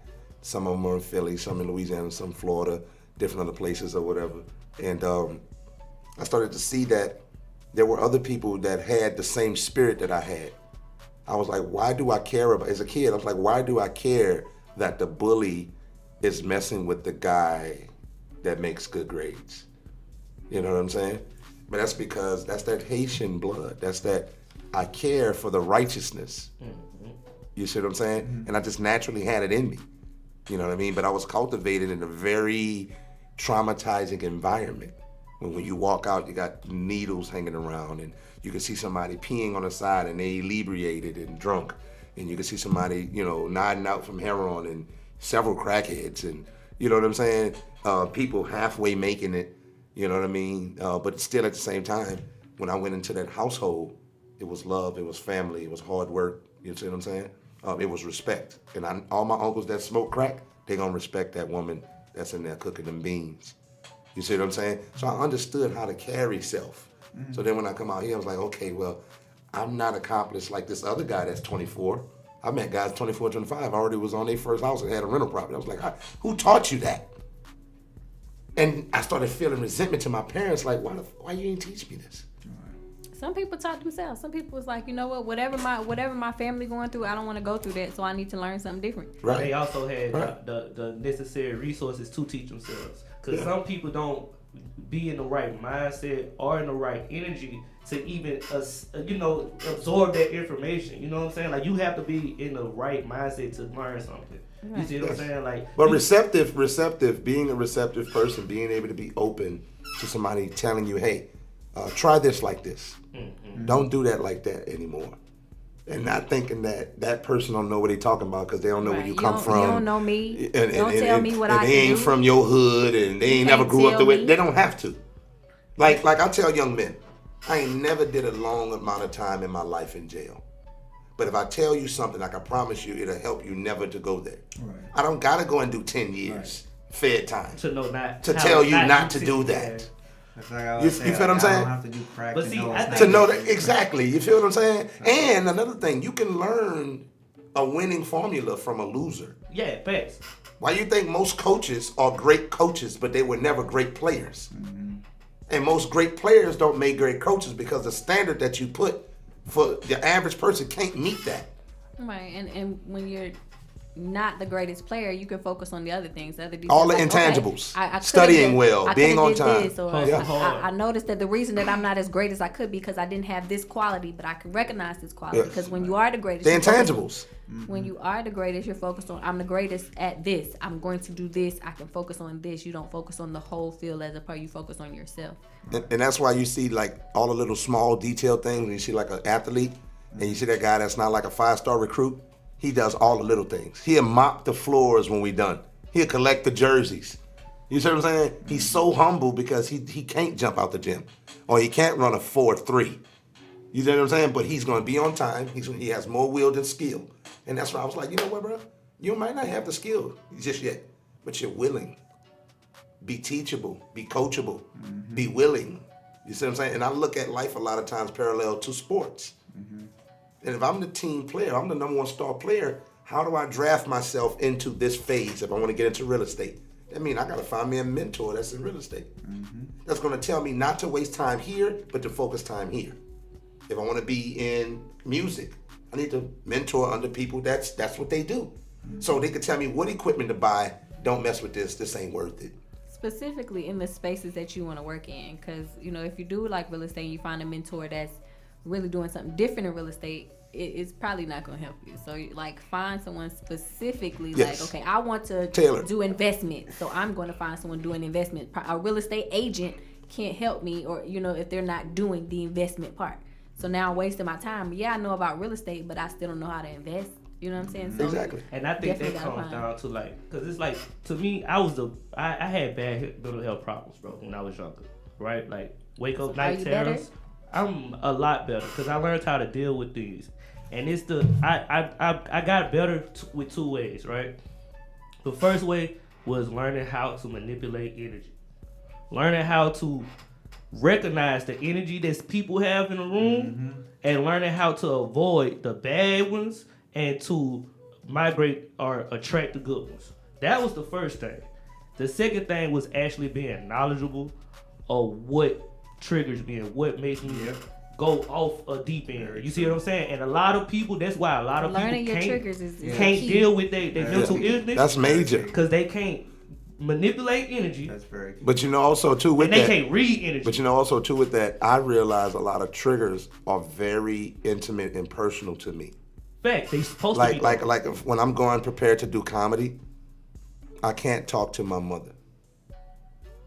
I can't talk to my daughter's mother. Because the hole that they have on the string, like my daughter's mother don't have a hole, but it'll piss me off with it to get me out of sync.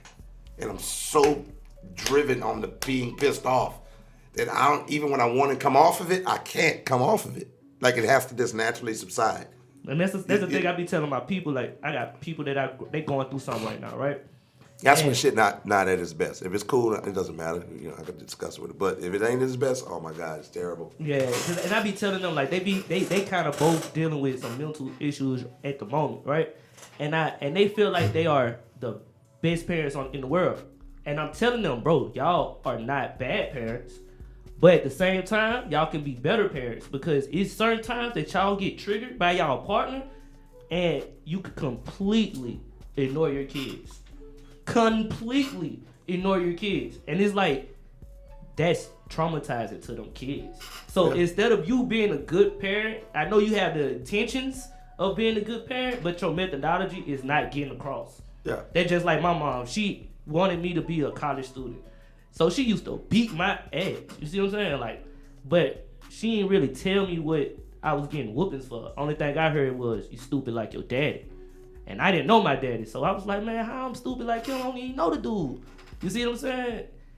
But later on, I figured out you just wanted me to be a certain way. They didn't know how to communicate. And you couldn't get me there, so it enraged you. Yeah, they didn't know how to effectively communicate. Yeah. And that's something that, like we were saying earlier, I think in modern times, we're learning how to be better listeners to our kids. And if our kids challenge some of our logic, it's not like you testing me, you trying me.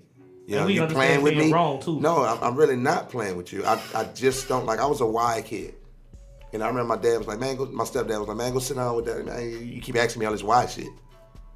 And in my mind, I was just like, well, I mean, how do I know if I don't ask? The teacher told me there are no stupid questions. But then I come home and you telling me that I need to chill and put it on ice for asking you all these questions. They didn't know how to be effective teachers. They knew how to talk at you. They didn't know how to talk with you. Mm-hmm. They know how to stand on soapbox and be very emotional. They know how to throw very good card parties. You know what I'm saying? They knew how to do the things they knew how to do from the people they learned it from, but the people they learned it from wasn't adequate. They wasn't doing it right. You see what I'm saying? Mm-hmm. So the modern time is what's happening is, this is why I always look outside. I don't think I said this on the show before. I don't know if Toni remember. I can look at other people and self-correct myself. Mm-hmm. Right? I saw something, I was watching animals and they were saying that they would put sweet potatoes out there for the wild monkeys. And one monkey started to wash the sweet potato off in the water. After they continued to do that, they watched the monkey, and then the other monkeys was following. Now, of course, a monkey's immune system, they could eat it doesn't matter. But that one monkey set the tone. So now, that monkey then on that island, all of the monkeys are doing it in the next 60 days. There's another island over there, not connected. The monkeys don't even interact. So on a psychological level, then those monkeys started doing the same thing. I look at that, and that's what people understand. You're just a sophisticated mammal, right? You can walk upright, you can read, you feel what I'm saying? And you can learn different languages, communicate, but you're just a sophisticated animal. If you break it all the way down, like how we maneuver, we're really not in an organic state. And animals don't put no pressure on themselves. A bird ain't tripping. He already know I'm gonna wake up when the sun rises, I'm gonna get to it, I'm gonna do my job, and by sunset, I'm sitting down, I'm relaxing, my day is done. We put so much intense pressure that makes us feel inadequate. It makes us feel, like we don't feel fulfilled, and it's just too much for us. And I think that a lot of that family stand like, man, I've met people that come from degrees. Mom got a doctorate, dad or whatever, they're like the Huxtables. And they just like, I just want to be a creator, or I just want to be a freelance photographer. And they're like, nah, that's not what we do here. And that's so much pressure for that person because I'm letting my lineage down. You see what I'm saying? My family telling me I can't have whatever's rightfully mine, and you gave all the other siblings theirs because they did what you said they should have done. I ain't gonna lie to you, dude. Me saying I don't give a fuck about what you think. Please don't. We can't say that. We can't. I don't give a about what you think. Yeah, that really helped my mental. Cause it's like I was like that. I was like, hey, my mama want me to do this. She want me to go to college. My dad want me to do this. These people want me to be like this. These people want me to be like this. I stopped caring. Yeah. Once I stopped caring, like it don't matter what you say about me at that point, whether it's good or bad. You see what I'm saying? Cause if it's bad, then that's just how you feel. You're only one person. There's billions of more people on the earth. And if it's good, then thank you. I appreciate it. But and we're going to take a break at this, but Jay-Z had said he had told his uncle he was going to be a millionaire or something like that. And his uncle's like, man, how you going to get millions? I just sent y'all a Jay-Z video too. You know what I'm saying? He was like, how you going to get millions, nephew? And he was saying, and Jay was like, I wasn't offended what he was saying, but I was feeling sorry for him because it was coming from a limited standpoint of thinking. You can't get millions, uncle. I can. Because I have the blueprint to do so. I have the drive to do it, and that's what I want. So you can't put your limitations on me and tell me, you know you're from Marcy Projects. You know that's really ain't what we do. You see what I'm saying? Mm-hmm. And we carry that over. We carry tradition. Tradition is good sometimes. Sometimes tradition is stifling. It hinders the growth. And I think a lot of that just get carried over where we put it on like, yo, you want to travel the world for what? Like, Georgia's great. The South is great. Why are you traveling the world? Mm-hmm. So before we take this song break, I want you to let the people know what's your social media so they can follow you and keep up with your platform talk about mental health. Or maybe some people want to ask you some questions. Maybe they're dealing with mental health and something that you said or something that you could say may help them along the journey. So what is your social media? My social media is for mental health, it's Let's Talk MH without B. There's underscores in between each word. So it's Let's _Talk _MH with _ALBE. And my personal one is last _name _royalty. So yeah, definitely come on this journey and let's talk mental health, ask questions, tell me your stories, let me share my experiences with you, and yeah. All right, we really appreciate that. So the next song is going to be Day One with Mako Girls, and when we come back, I have a lit conversation I want to talk to y'all about. We lit!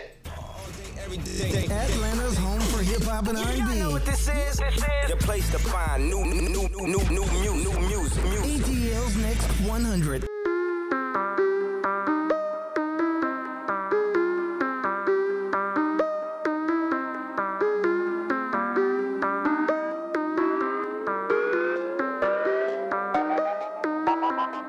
From day one, I knew what I want, I had to go get it. Like a kid in the candy store, I'm greedy, I'm not even kidding. Had to remember what come with it. Yeah, them Instagram trolls and a couple clout chasers. Man, you already know. Stay humble, gain respect, bounce back, get that check. You know I'm up next. A boss in the making.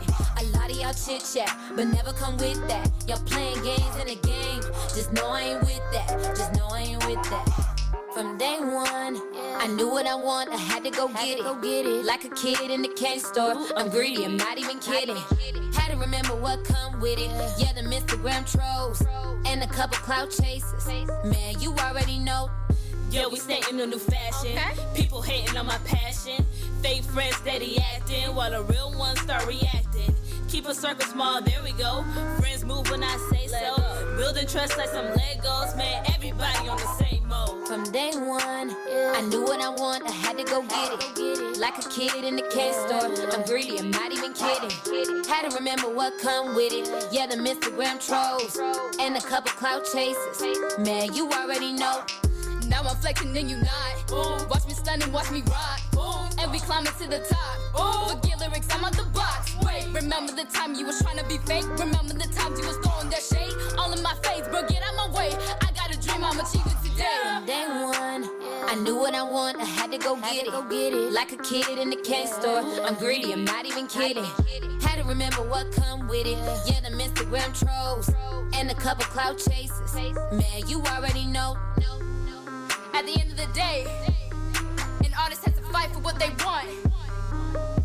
And we want it all, man. Maybe let them know one more time. Hold up, hold up, hold up. From day one, we knew what we want, we had to go get it. Like a kid in the candy store, we greedy, we not even kidding. Had to remember what come with it. Yeah, them Instagram trolls, and a couple clout chasers. Man, you already know. You already know.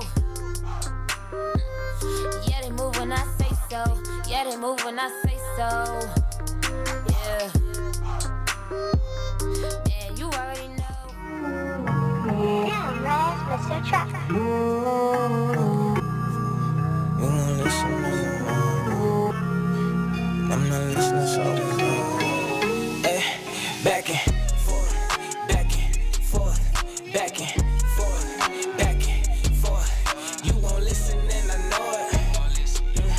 and I'm not listening, so we going. Yeah, we just going back and forth, back and forth, back and forth, back and forth. You won't listen, and I know it. And I'm not listening, so we going. Yeah, we just going. Please use your voice, not your hands when you talk to me. I'm not a boy, see I'm a man, can you stop it please? I know I'm wrong all along, but I got a stake in this fight. You act like you ain't never made not one mistake in your life. You act like I ain't put effort in this, I ain't got better at this. Changing my ways, trying to communicate, never taught how to say what I feel. You be on my case, give me a break, breathe for a minute. Ping pong what we own, I send it back as you back and forth, back and forth, back and forth, back and forth. You won't listen and I know it. And I'm not listening, so we going. Yeah, we just going back and that's how you feel then, you know what I'm saying? You all, look, this the issue I got with you. You never listen, you act like you always right, you feel me? Okay, well look, go ahead. Say your little piece then, say your little piece. Go right ahead. Boy, we grown, lower your tone when you talk to me. See, I'm a woman, not one of these shows you met off the streets. Get a little too loose with them vibes. Can you keep it calm, refuse to be abused? I watched the man beat all over my mom. You act like I ain't been patient with you. Like I ain't been saying this too. Like you the only one problems, I ain't beside you. Just facing them too, you make me ooh. And you don't know where you about to take me to. Like I ain't break my back to make you happy. Go ahead, say it, fool. Can you think outside yourself for once? Stop being selfish. I'm starting to think something wrong with you. You can't even help it. I'm on your case to make you great. You can see I'm in it. Ping pong what we own. I send it back soon as you back and forth, back and forth, back and forth, back and forth. You won't listen and I know it. And I'm not listening, so we going. Yeah, we just going back and forth, back and forth, back and forth, back and forth. You won't listen and I know it. And I'm not listening, so we going. Yeah, we just going. ATL's next 100. You know how it's going to that boy. Let's get it poppin'.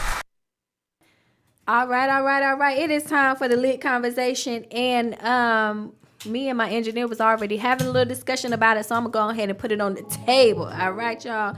So Ebony Williams, best known for her role on The Real Housewives of New York. Yep, I know Atlanta is the biggest one, but there's a lot of other Real Housewives out there as well. But the thing is that she decided, she was on the Wendy Williams show, and she decided, or she mentioned in her interview, that after 4 years of being engaged, or being, maybe not 4 years of being engaged, but 4 years of being with her guy, and they were planning a wedding, getting ready to get married. 4 years? Yes. Getting ready to get married, live that happily ever after.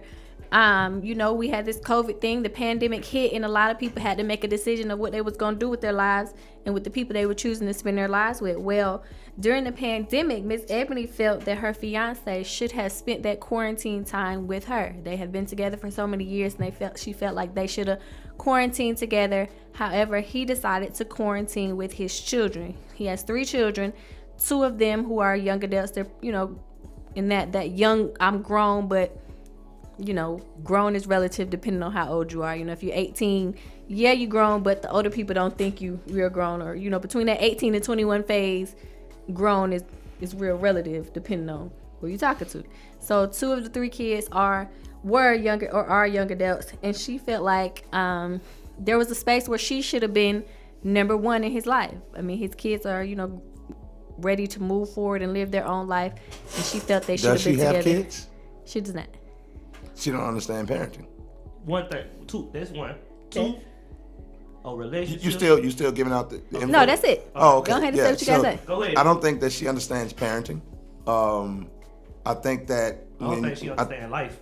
Well, that could be definitely true. But when you feel some type of way when a parent is indulging with their kid in a certain aspect, something's kind of wrong with you. You know what I'm saying? Now, if that person is neglecting you, I can see how you have a problem with that. But if that person say, okay, I'm going through this pandemic, I want to make sure I'm with my kids and I get some downtime. I probably don't get a lot of time with them. Like, you're supposed to respect that. You're supposed to say, well, how can I help assist with that? How can I make that load and take the pressure off you a little bit or whatever? But most times if you don't have kids, you don't understand to think that way unless you're just a loving person naturally. So for me, I will say that in any relationship that I am in, yes, I absolutely, even having kids and even if I'm, with someone that has kids, I want to be number 1. But the reason I want to be number 1 is because I feel like the foundation of us should supersede a lot of things, because when our kids grow up and they have a family of their own, our foundation needs to be strong that we can last even after they have left. Now, that doesn't mean, obviously, don't care for the kids, don't be there for the kids, don't take care of your kids, especially if they're young kids. Obviously young kids need a little more time and attention and energy than grown kids do. However, I feel like I have a question with that though. Did he quarantine with just the kids or the kids and the kids' mom?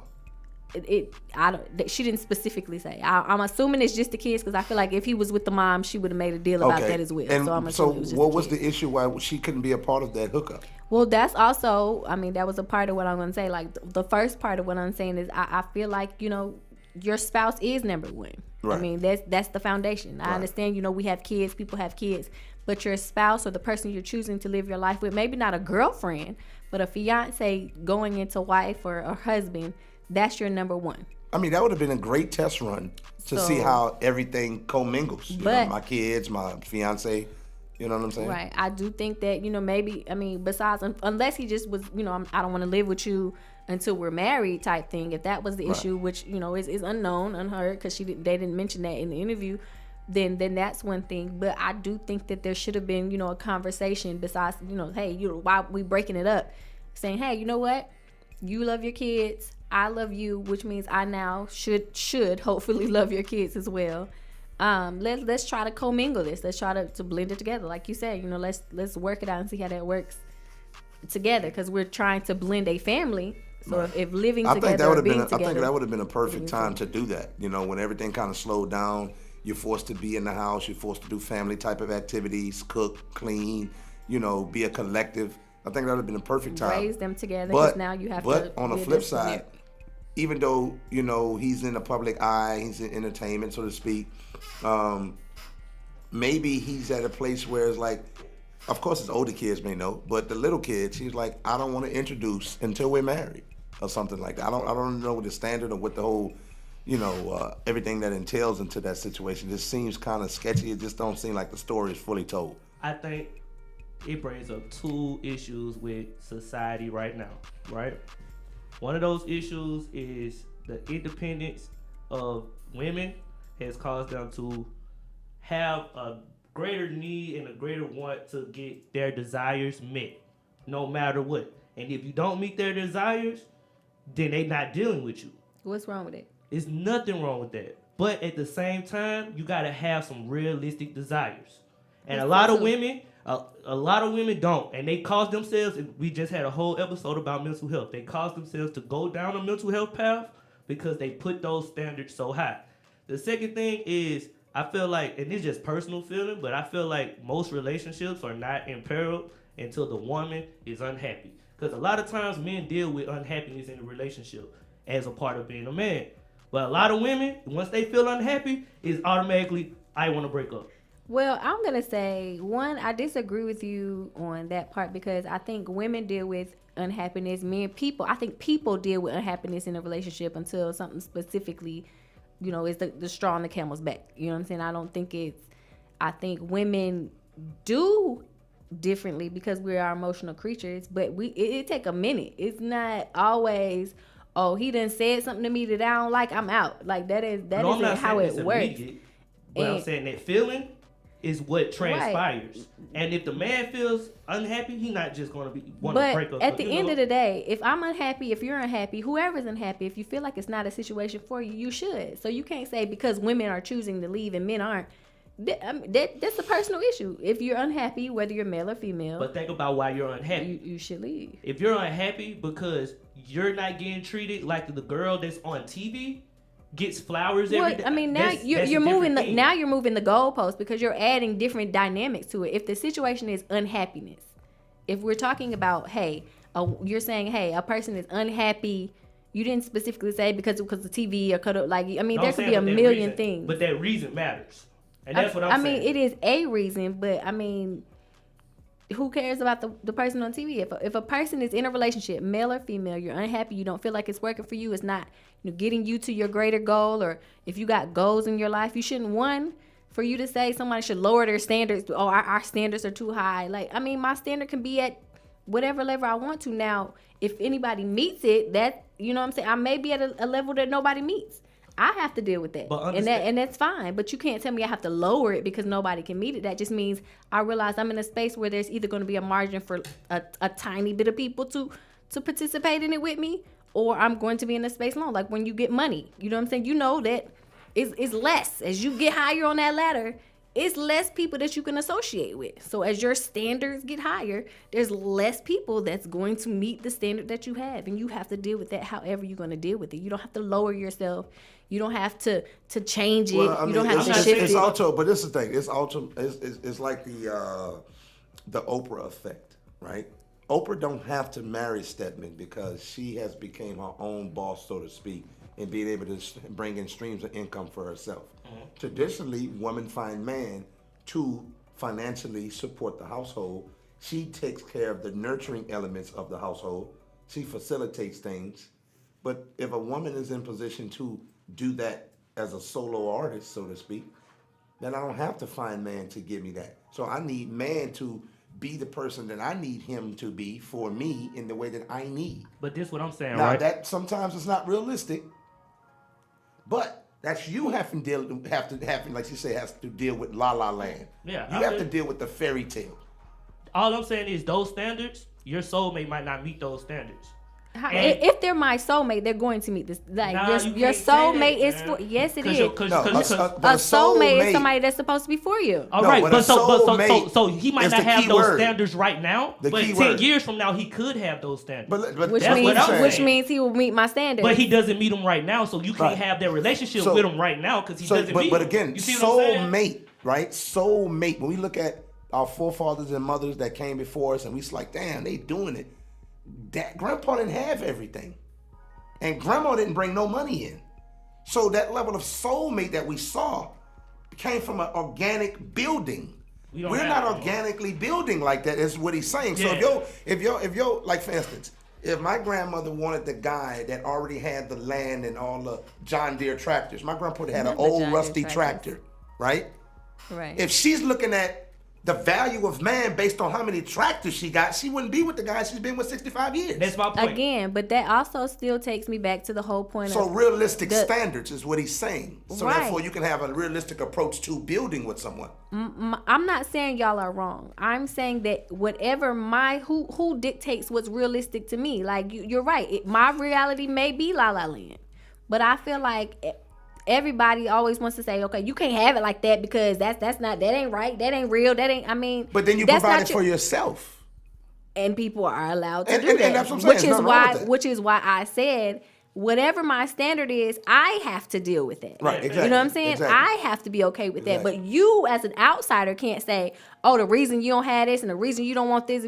I mean, you can say it because everybody's entitled to say what they want to. But I'm saying, in my opinion, you saying, oh, your standard's too high, you can't have this because you're doing too much, and it's women is doing too much. I don't think that was my point. My point is, y'all standards being so high is causing y'all mental health to drop down because you feel like nobody is meeting those standards. So now you start feeling that societal pressure of like, damn, I'm 40, I gotta be 40 and I gotta be married, but I don't have nobody to get married to. That's a good, talking point. However, men have the same thing. Women have the same thing. I feel like it's my biggest issue in this conversation that you're making it a woman issue when it's not. High standards, the societies in life, all of that is not gender specific. Well, I agree with you. It's definitely not gender specific. But I think I this feel like you're using though, those specific things to prove your point, and it's not relative to having high. I mean, it's a part of it, but it's not the go all of why people have high standards or what they're dealing with in those high standards. If I have high standards, I have high standards. Okay. I mean, there's a lot of things that can make you, you can have a dad that spoils you or parents that spoil you. You can have nothing and acquire something and be like, I'm never going to nothing again. And I'm not dealing with a dude that has nothing. Things. You see what I'm saying? So I definitely understand that. I totally get it. And I'm not refuting that. Right. So, but I also feel like the unrealistic standard, that's like a coach putting an unrealistic standard on a player because you coached a Michael Jordan before. They not Mike, man. So you can't say, well, you got to be, y'all ain't Mike. You be like, they not Mike. They're not Iverson. And I feel like a lot of, and this is my issue with women, right? So how can they achieve what they achieve if they don't have that level of greatness within them? And that's my issue. It's like women don't really go for the vibe. Huh? So, okay, before you say that, you just said like, the standard of because of Michael, but you acknowledge that Michael does exist. There is a Michael out there. It does, but how many Michaels do they have? But listen. Again, y'all are proving my point and adding stuff around it to prove yours. However, there is a Michael out there. Mm-hmm. So if my standard is here, there may be somebody who's at that standard. Right. Which is why I said, like, when you get your money and you're getting rich and you're at a Jay-Z standard, I can't hang out with Beyonce because I'm not at the level that is required to hang out with a Beyonce and a Jay-Z. Right. But that doesn't mean, one, I can't get there, and it doesn't mean that other people don't have that ability to hang up. So they exist. Right. Now, and I also said that it minimizes the higher I get up. So, of course, I have to deal with the higher that I put my standard, I realize that the bucket it gets smaller and smaller and smaller and smaller. That window. But you cannot say it's unrealistic or it doesn't exist if you're acknowledging that some people are at that level. I didn't say it doesn't exist. Just because it exists doesn't mean it's for you. You don't know what's for me. You don't need it. But I'm saying, what you're saying in probability, right? You don't know what either. What you're just saying in probability, it's not a guarantee, right? It's not a guarantee. Now, this is the thing, like the Kevin Samuels guy says. If you're getting into 40 and you look damn good and you make okay money, okay, kudos. But there's a young version of you right now that could be groomed. You're not young no more. Now you think businesses hire young people that I could groom and pay them less and they're going to be ecstatic to work and pay these student loans off. You have a standard. You standing on it. You're not being able to be groomed. You're 40. You set in your way. So it's like So it's like take it or leave it. So it's like, why would I buy an old dog? Don't nobody want to grow with that. Even if it knows some tricks, but it ain't the tricks that I needed to know. It ain't the grooming I need to give it. So I'm gonna go get a young pup. Cause she ain't trying to grow. You feel what I'm saying? And that's so the that's problem what with women, bro. Once you get That's set it. in your way, you like I had this conversation But with my mom. I think my only issue with this conversation, because I'm not negating anything that y'all saying. Mm-hmm. I think my only issue with this conversation is I hate a conversation when people say that's my problem with women.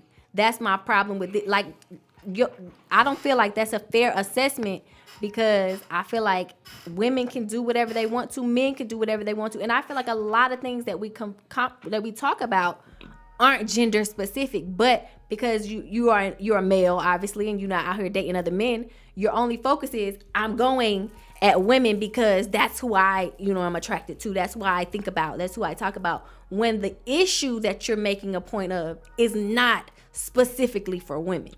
It is though. No, I mean I understand exactly where he's coming from, but I also understand where you're coming from. What I'm saying on his behalf is just that his verbiage is probably off, and he should say some, don't say all, shit like that. It ain't never just shit like that. I get it. Those are triggers. I get it. Yeah. But what I'm saying is, what he's trying to say, and what I'm trying to help clarify is, most times women have unrealistic standards they put on men, right? If you look at the social aspect, how many women are calling men saying, yo, let's go out to eat? But get mad at a man when he don't ask her to go out. You know how many text messages the woman got to flip through from? Comes Mother's Day, comes Valentine's Day, comes Labor Day weekend, Memorial Day weekend. I don't see many female promoters putting sections of Negroes in sections. That's because men don't spend the money that women spend. Why not? But how often do women listen? Tony. Because I'm not saying y'all don't spend money. That's not what I'm but saying. how I'm often saying does a woman say, "I'm gonna spend money on man"? When it comes to marketing, a woman is going to be like, "Hey, I want to go." That's why Cat Williams said what he said. Hey, I want to Wait, do let's this. go back to that. Hey, I want to. Let's reach back. That's why Cat Williams said what he said. Cause why he didn't say it. He didn't say it from that aspect of like, I got all the women and sounding crazy. Women are the number one supporters. Cause they gonna bring them in. So it's just like a club. What's the point of having a club? What a man gonna go to the club for?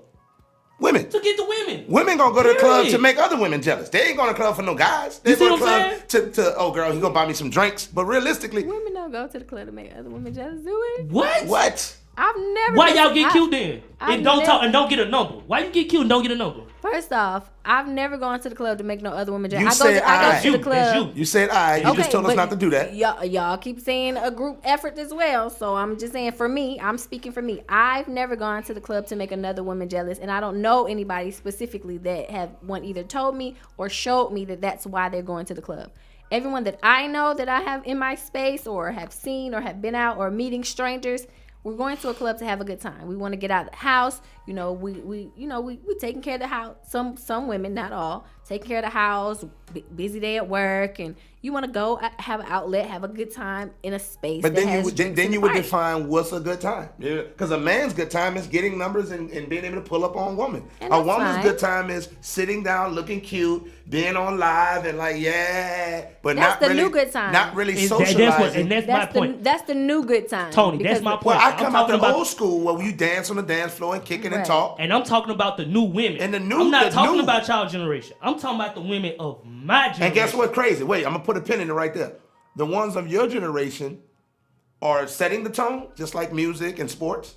And the ones of our generation is looking at that and say, "Oh, so that's how you do it." That's how I want it. I'm doing it like that. I see older women. Well, the women of our generation, I would say, are looking at that because y'all are looking, like y'all said, get a younger woman. They're trainable. So the women of our time are looking at those women like, "Oh snap, that's what he want.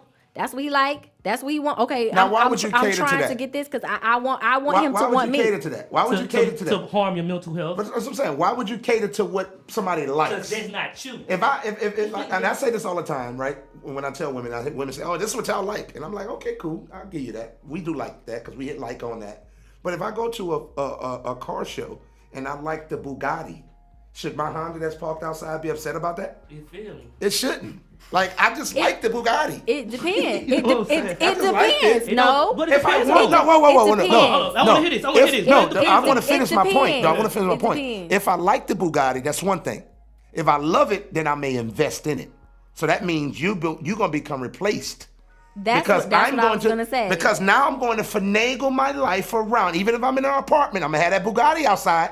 That's what I was just going to say. So like, it liking depends. something, to my point of what you're saying and what women say all the time, that's what y'all like. Liking something It's not what I shouldn't want. make you make a shift in you to assimilate yourself to what somebody likes. Y'all are thinking about it with a man's mind. And I think that's the issue that people have in society as a whole. Men want to tell women how we should think like y'all. We are not telling you how to think. Listen. Steve Harvey sold the whole book. Steve Harvey sold the whole book. Listen to me. I just want to say my point, and maybe y'all can understand. That's also another issue. We listen to speak and say our point. We're not really trying to hear what the other person has to say. Another issue between men and women, we don't listen to each other. We just want to talk because my point is my point, your point is your point. We never want to talk to the point to try to figure out, okay, well, how can we meet in the middle? So that's the biggest issue between men and women. We don't know how to communicate because a man feels like, yo, I'm a man, and this is my man thoughts, and this is how man things should be. And a woman feel, I'm a woman, this is how I should feel, and you should just understand. One, we need to first understand that we think differently, and that's okay. Simple and plain. I definitely I'm allowed that. to think differently. I definitely know that. And that's okay. But what I'm trying to make a point in that is that I don't even know. It was just too much. Because you try to make a point of telling us how not to make a point in the whole, that's what y'all like. I've heard that for so long. There we go. Now you just reminded me. I got off track. You just reminded me. Like, so when you think about, like you said, should your Honda be jealous? Absolutely not.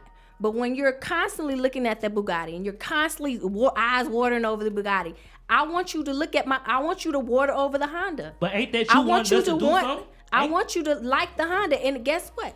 Women are emotional creatures. Men know that women are emotional creatures. So to tell us you two in your emotions, it's stupid. It don't make. I mean, we're emotional. We're gonna be emotional. We've been emotional from the 10th of time. Can I ask a question? But 1 second, let me finish my point. Okay. So if you're drooling over the Bugatti, you're trying to position yourself to get to Bugatti. Yes, you got the Honda. The Honda is loyal. You know, we done been there for you. We done been through some things with you.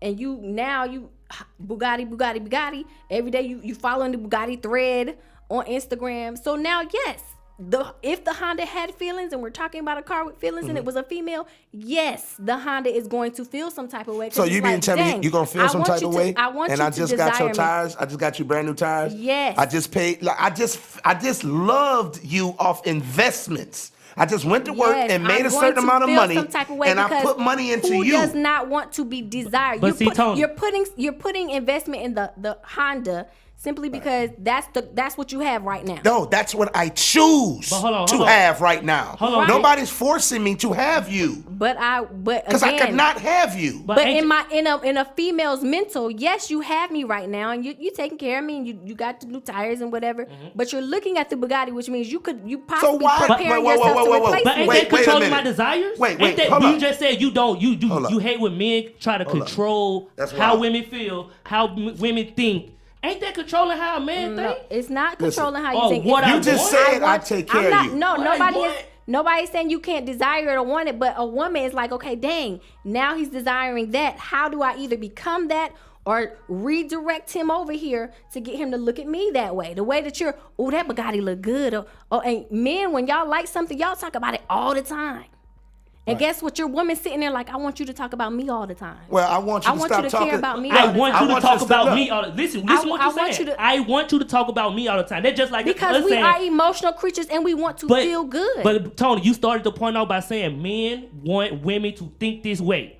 Men want women to. I'm not telling you to think this way. Ain't that a woman wanting a man to do something? No, it's not. It's hey, I want to feel. I said I want to feel good. I would like for you to want me. I want you to desire me. Because I like a Bugatti means I don't want you. That's not telling you to. You have to think that way. You just broke it down and said, yeah, you take care of me. Yeah, you invest in me. Yeah, you go to work and then take that what you get kicked back for putting your time in that work and then put it into me. And all I do is hit like. That's wild, son. That weighs more than the investment that I'm taking care of on the regular. That's those who hit like. Some people hit like. Some people now go message. some I people mean, now. that happens. I mean, I'm not saying about that because you don't know who does what or whatever. Exactly. So, yes, you have that's to true. think about That's if we're true. talking about it as a whole. But no, I'm saying I get that. But that is true. That is true. And I'm not knocking that. Some people go because they really want it and they're just not in a position to have it, so they just take whatever they could get or whatever. So I understand that. But my thing is, when I see a woman wear lime green hair all the way down to her butt, when I see long fingernails, when I see the extra butterfly eyes, eyelashes, and all that extra shit, all the finesse they do, I'm like, who are you doing this for? Are you doing this for any man? I don't think any man in man history said, I need a woman with butterfly eyelashes. I need a woman to have, 36 inches hanging down her. Like, we're not asking for none of this. It's some men that buy that, though. No, we'll buy it because you want that. Yeah. You think you look cute. So if that's your peace of mind, just like you don't agree with your child wearing these skinny jeans, but he really want eyes, son, get the shit, bro. But that's just like saying But I don't agree with that. There are some men who like y'all are acting like there's no men out there that like that. We're going to accept whatever you bring into the table. Exactly. If I like you, I'm going to accept you. There's some men who like that. There's some men who will look at me and I don't have, I don't wear that is itty-bitty true clothes because he's stuff. accustomed. I don't have that type, whatever, and they'll look at me and be like, I'm not it for them. Right, but that's just like a nigga that like a box Chevy. There's some people like he don't like a Honda Accord. You hear all the time, oh, she ratchet and loud, but I like it. Right, because there's a customary thing. Just like a woman who become accustomed to a man busting her ass. I think this will. And she think that's a form of love. That don't mean that ideally that's what she should be dealing with. Nobody never really showed her the significance of really being loved the right way. I think a lot of these dudes are not taken care of by these women. They're used to taking care of women, and they're accustomed to that. They're accustomed to buying and taking care of everything, and she just being a trophy piece. Yeah, I think women don't really understand the amount of importance that men put on vibe with a girl. A man will really date a ugly girl that he don't find attractive if he can vibe with her. And those are, am I lying, dude? Then that am I lying? Again, I want to make sure that I want to make it very clear across this. I'm not negating anything that y'all saying. I'm the only female here, so I'm speaking for the females that I talk to. You jumping her, dude. But but honestly, females that I talk to and my understanding of being a female, how females think, what we think about, how we feel, and on that. But men have been women are so valued to a degree. It's crazy. You know what I'm saying? But there's also, again, a lack of communication between men telling, hey, this is what I want, this is what I feel, and women expressing. Like, once a woman says, or a male says to a woman how they feel, and the woman says, we're so focused on where my point is. I want to say my point is that we forget that, okay, if we're dating, we need to communicate, hey, as Duke, this is what Duke's like, this is what Duke wants. This is how Duke interact. And you can say, I ain't got to say that. You should just know. No, I shouldn't, because I'm not in your brain. You should tell me. And I should effectively tell you, hey, this is what I like. I like when you do this. I would like to know about this. I would like to understand you in this way. And if we take the time to understand the person that we're trying to be with, that could help the disconnect. I mean, I agree with that. That's not a lie. But what I'm saying is when you as a woman, and I can't tell a woman how to be because I'm not a woman. But for you to say, well, you gotta understand we emotional. No, you gotta understand that, not me. That's your emotions. See, I get it. Like that's your emotions. Like that's your emotions. I understand what you're saying, and I'm a top person that I feel like you control your own emotions, and what you do with your feelings and stuff is on you. But I'm saying in a sense of, okay, we're trying to co-mingle. Mm-hmm. We're trying to be together. There is a level of, hey, we need to try to understand each other. So when you're in your emotions, I know how to maneuver with that. I know how to work through that. When you're in your emotionless space, I know how, okay, well, he's in a space where he don't feel like being emotional, when he don't feel like dealing with this and this. I need to understand that about you because I need to know how to deal with that about you. I can't be like, oh, you emotional, that sound personal. I don't care. That's not the way to deal with that. Yes, no, I'm emotional, and yes, my emotionals are emotional, but you coming at me like, oh, well, you know what, it's personal, you can figure that out. Let me ask you a question, Tom. Let me ask you a question, right? How many times have you said, and have the women that you talk to, that you are friends with, how many times have y'all said, I want a real man? I don't know nobody that say that. I've heard. I'm finna say, bro, I don't believe that one, bro. Well, I don't know anybody, but I also don't hang out with a lot of people like that. Right.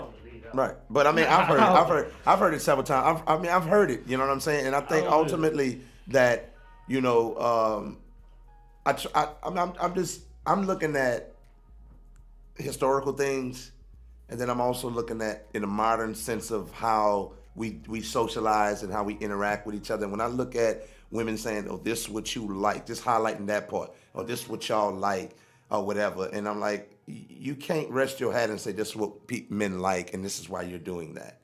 You know what I'm saying? And that's why I use the analogy of the whole car show thing and that type of thing. If I want a Bugatti, I'll push all my chips in and go get it. But I'm not. I have this Honda, or I have this Buick, or I have this whatever vehicle I have, and I'm taking care of it. Now, if I'm liking the Bugatti and I'm not taking care of what I have, I see room for complaint. But for you to say, you take care of me, yeah. You know, you make sure I got what I need, yeah. But you liking that over there. And? So what? Like so what? Now if I'm not taking care of you and doing the necessary things, and I'm liking this over here and spending time over on this end, okay, I can see that being a problem. So let me ask you a question. So when you say taking care of, if you're only taking care of one aspect and you're not taking care of my heart, you're not taking care of me sexually, or you know what I'm saying? Yeah, I put new tires on you. Yeah, I did this, that, and the third. Like if you know what I'm saying, mind, body, and soul. You know what I'm saying? When you're with somebody, you need to be with their mental. Make sure your mental connects, their body, their spirit, their love, and their heart. So a person is going to complain if there's a piece of that missing. I want you to take care of me in totality. Whether I want us to mentally be together, I want us to emotionally be together, I want us to physically be together, because sex is one of the number one things that ruin relationships. So if you're spending that time over in another realm, if you're giving my emotional happiness, you know, if you're giving my love to something else, I'm gonna feel some type of way about it. Wait, I'm not finished. I spend my love though. You know? I don't dictate, but it doesn't mean if you could spend it however you want, but it doesn't mean it's not allowed to make me feel some type of way about it. In relationship, you do have an obligation to make sure that emotional deposit is put in. You know what I'm saying? But that's vice versa. Quality, yeah, that's true. Quality time. You know, being able to understand, like you say, love languages and things like that. You know, knowing how you effectively communicate with your partner, knowing how to effectively listen. And sometimes it's not even verbal listening, it's just watching and paying attention, seeing the shift of energy and things like that. And when I say taking care of, that means I am doing all the things that I know how to do until I grow into a space, or until I come into a aha awakening, a light bulb moment. Then I'll gain more knowledge and gain more understanding. I can apply that to my walk in this relationship, and I can do better possibly. Sometimes But to tell me that what I like bothers you to the point where you may want to alter yourself to look or like or be a like version of that, that's weird to me when women say that. I'm saying from that. I'm just talking about that. I'm not saying that if a person not meeting your standards or meeting your needs, that they should just disregard that. No. But if a man is doing all the things, why you always liking this and that? Well, shit, why the fuck you still watch this foolish TV? Like, I don't understand why women watch foolish TV. You have a lot of friends that watch that. New York. Now, you have a lot of friends that watch I don't watch it. I don't watch it. You don't watch that. No, I was talking to him because he said you watch it. No, I'm saying like you talked about it earlier. You outside know who of she entertainment is value, into that. what do you get from it? And when I talk to him, well, I just like it. Well, damn, what's wrong with me liking it? I don't tell you that because you watch documentaries. What do you get from that? Something. And I'm not saying everybody got to run around watching documentaries. I'm not saying that. Well. So, yes, you watch documentaries because you find enjoyment in learning and figuring out new stuff. A person watches, I assume, again, I don't watch reality TV. I assume a person watch reality TV or any TV, period, because it's a space for them to relax, not think. I had a hard day. I already had to, help my kid with their homework. Had to do this, do this. I want to watch some foolishness. I want to watch train wrecks. Now, if you continue to consume that, what do you think spawns from that? If I watch DIY Network, I'm probably gonna build something with my hands. Silence. Maybe. If I watch Cooking Network, it's not silence. It's called listening. Yeah, it's called listening. If I watch Cooking Network, right? maybe I may cook a dish up. So if I watch Trainwreck, what do you think comes from that? It depends on the person. It shifts the energy a lot of times. 7 out of 10, so that's a 70%, or let's just say 60, that's over half. Right. It shifts the energy. I watch how it shifts the energy. Right. So that's why I specifically try to be careful as possible what I deposit in myself. That's why I don't watch the videos that go around of people getting shot and killed and beat up and all that stuff, because that ain't what I want to have in my space. Right. I don't watch reality TV. You may see I may see like a clip or something on social media, Right. Scrolling through, but you can't really help that because people gonna post what they're gonna post, and you can't control nobody else's page. You can move on, but I'm not sitting like, oh my God, it's 8 o'clock. I gotta get Atlanta Housewives on. Don't talk to me. My show on. You can't call me between 8 to 9 or whatever time it come on. I don't do that because, again, I believe the energy, whether it's negative, whether it's loud and ratchet or whatever it is, that stuff does come in. That stuff does consume. I'm not watching documentaries either because I think, documentaries are boring. But there's some documentaries that I be like, you know what? Dang, that's interesting. But on a normal basis, I'm not seeking out. But you know what, dude? Hold on, before you get into that, Okay. you know what, dude? It's just like I had a conversation with my daughter. I said, listen, you do TikTok pretty regularly. I could call you any moment of the day and you TikTok, right? Cool. You're a child. You're having fun. I said, but education is important. Reading is fundamental. Reading ties to education. It ties to being literate. Most times, if you don't get it right and you continue to advance and chronologically and get older, you're going to be inadequate in society, and most likely it's going to leave you at a disadvantage. She don't understand none of that shit right now at 7, right? But let's bring it all the way back. You're going to start reading before you go to bed. You're not going to TikTok all the way until 8:30. Now you got to get in bed, and now you got TikTok energy. TikTok on your brain. So the last 15 minutes, You TikTok it in your dreams. You're going to TikTok until 8:15, and from 8:15 to 8:30, you're reading. Now I got to sacrifice because now I want to read with you. Because some of the things, when you're reading, you don't know the word balance. Like she asked me, so then I get to break that down. I get to open your mind of what the word balance means.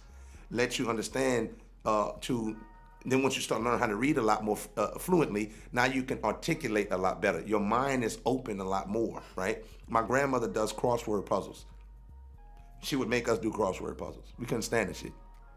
Now when I look back, she had an encyclopedia. What's that word? Or she found out or hear us repeating something someone says because you know how kids are. Go look it up. Write it down. Spell it. Come here. She'll write it. Write it on a piece of paper. She'll bring it to us in the encyclopedia. We got to, that type of thing. So I'm saying this to say that the quality of time spent, something comes from it. Sometimes I force myself because I don't have the time in my schedule. I tell myself. So I don't have the time to read and thumb through organically and read a book.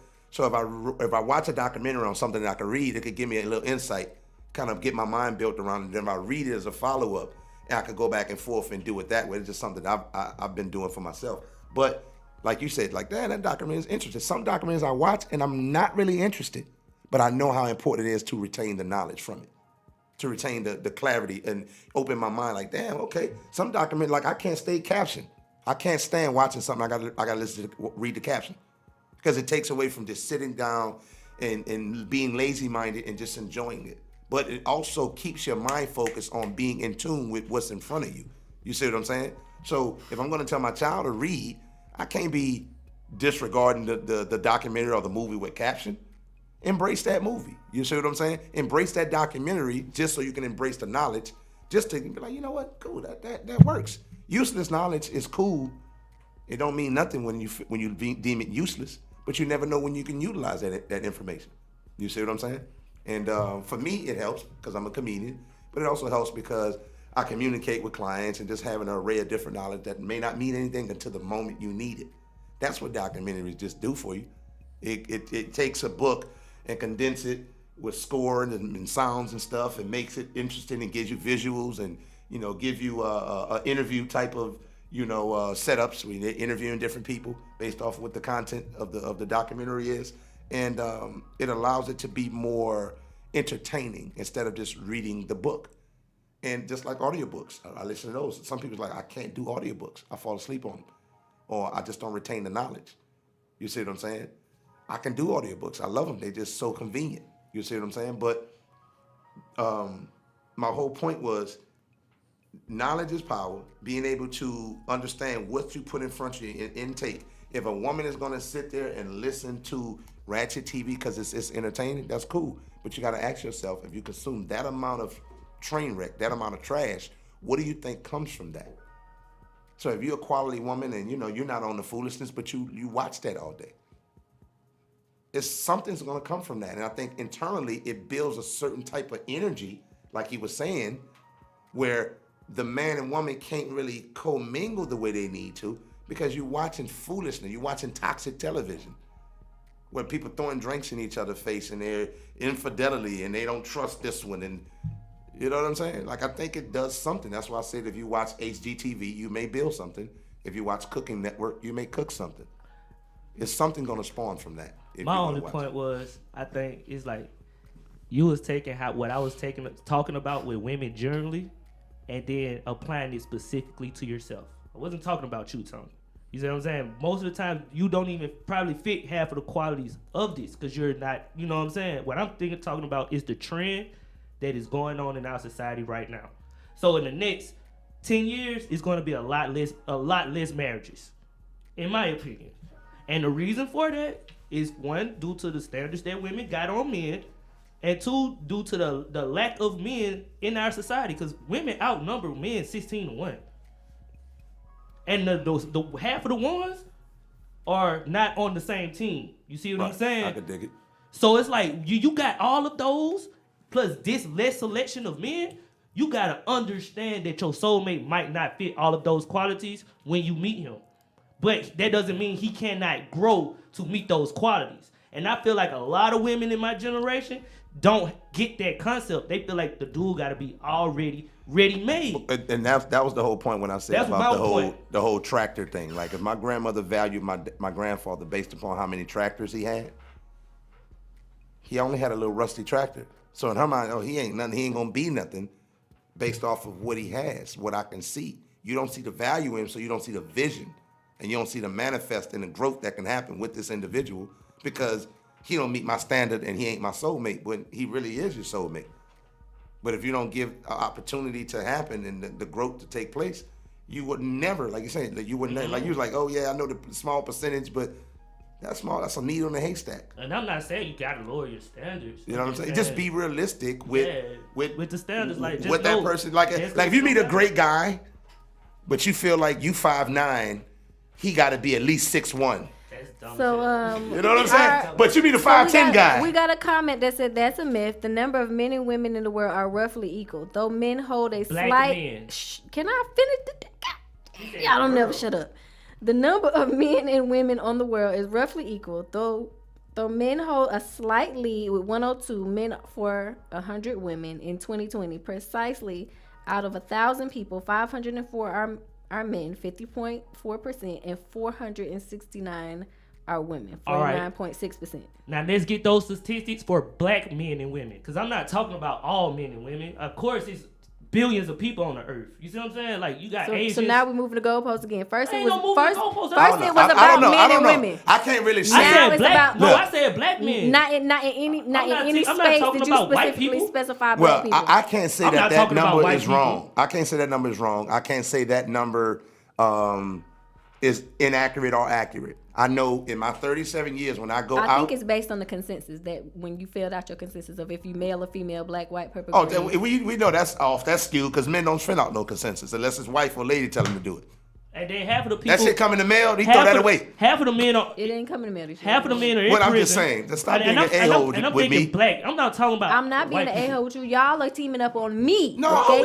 There's a 2 against 1. But the thing is, and it's time to wrap up. When and you say the conversation. When you say the consensus, the average man, you know, he ain't really signing that. Really, but when it's the consensus, you still got to go get your ID. On your ID, we know you're a man. That's true. So the DMV knows men and women in the numbers. So you can say anything is. I think it's as accurate as possible. Let's get away from the statistics. There's obviously some people that don't have an ID, but there's some women that don't have an ID. So the numbers are as close as possible. This is my point. White people concerns and black people concerns are two different things. I wasn't talking about no white folks. I wasn't talking about no Asians. I'm talking about black people. But I'm gonna say this, and we'll close out on this, right? Please. If let's just get away from consensus. Please and don't make it stats. like a long. No, it's not.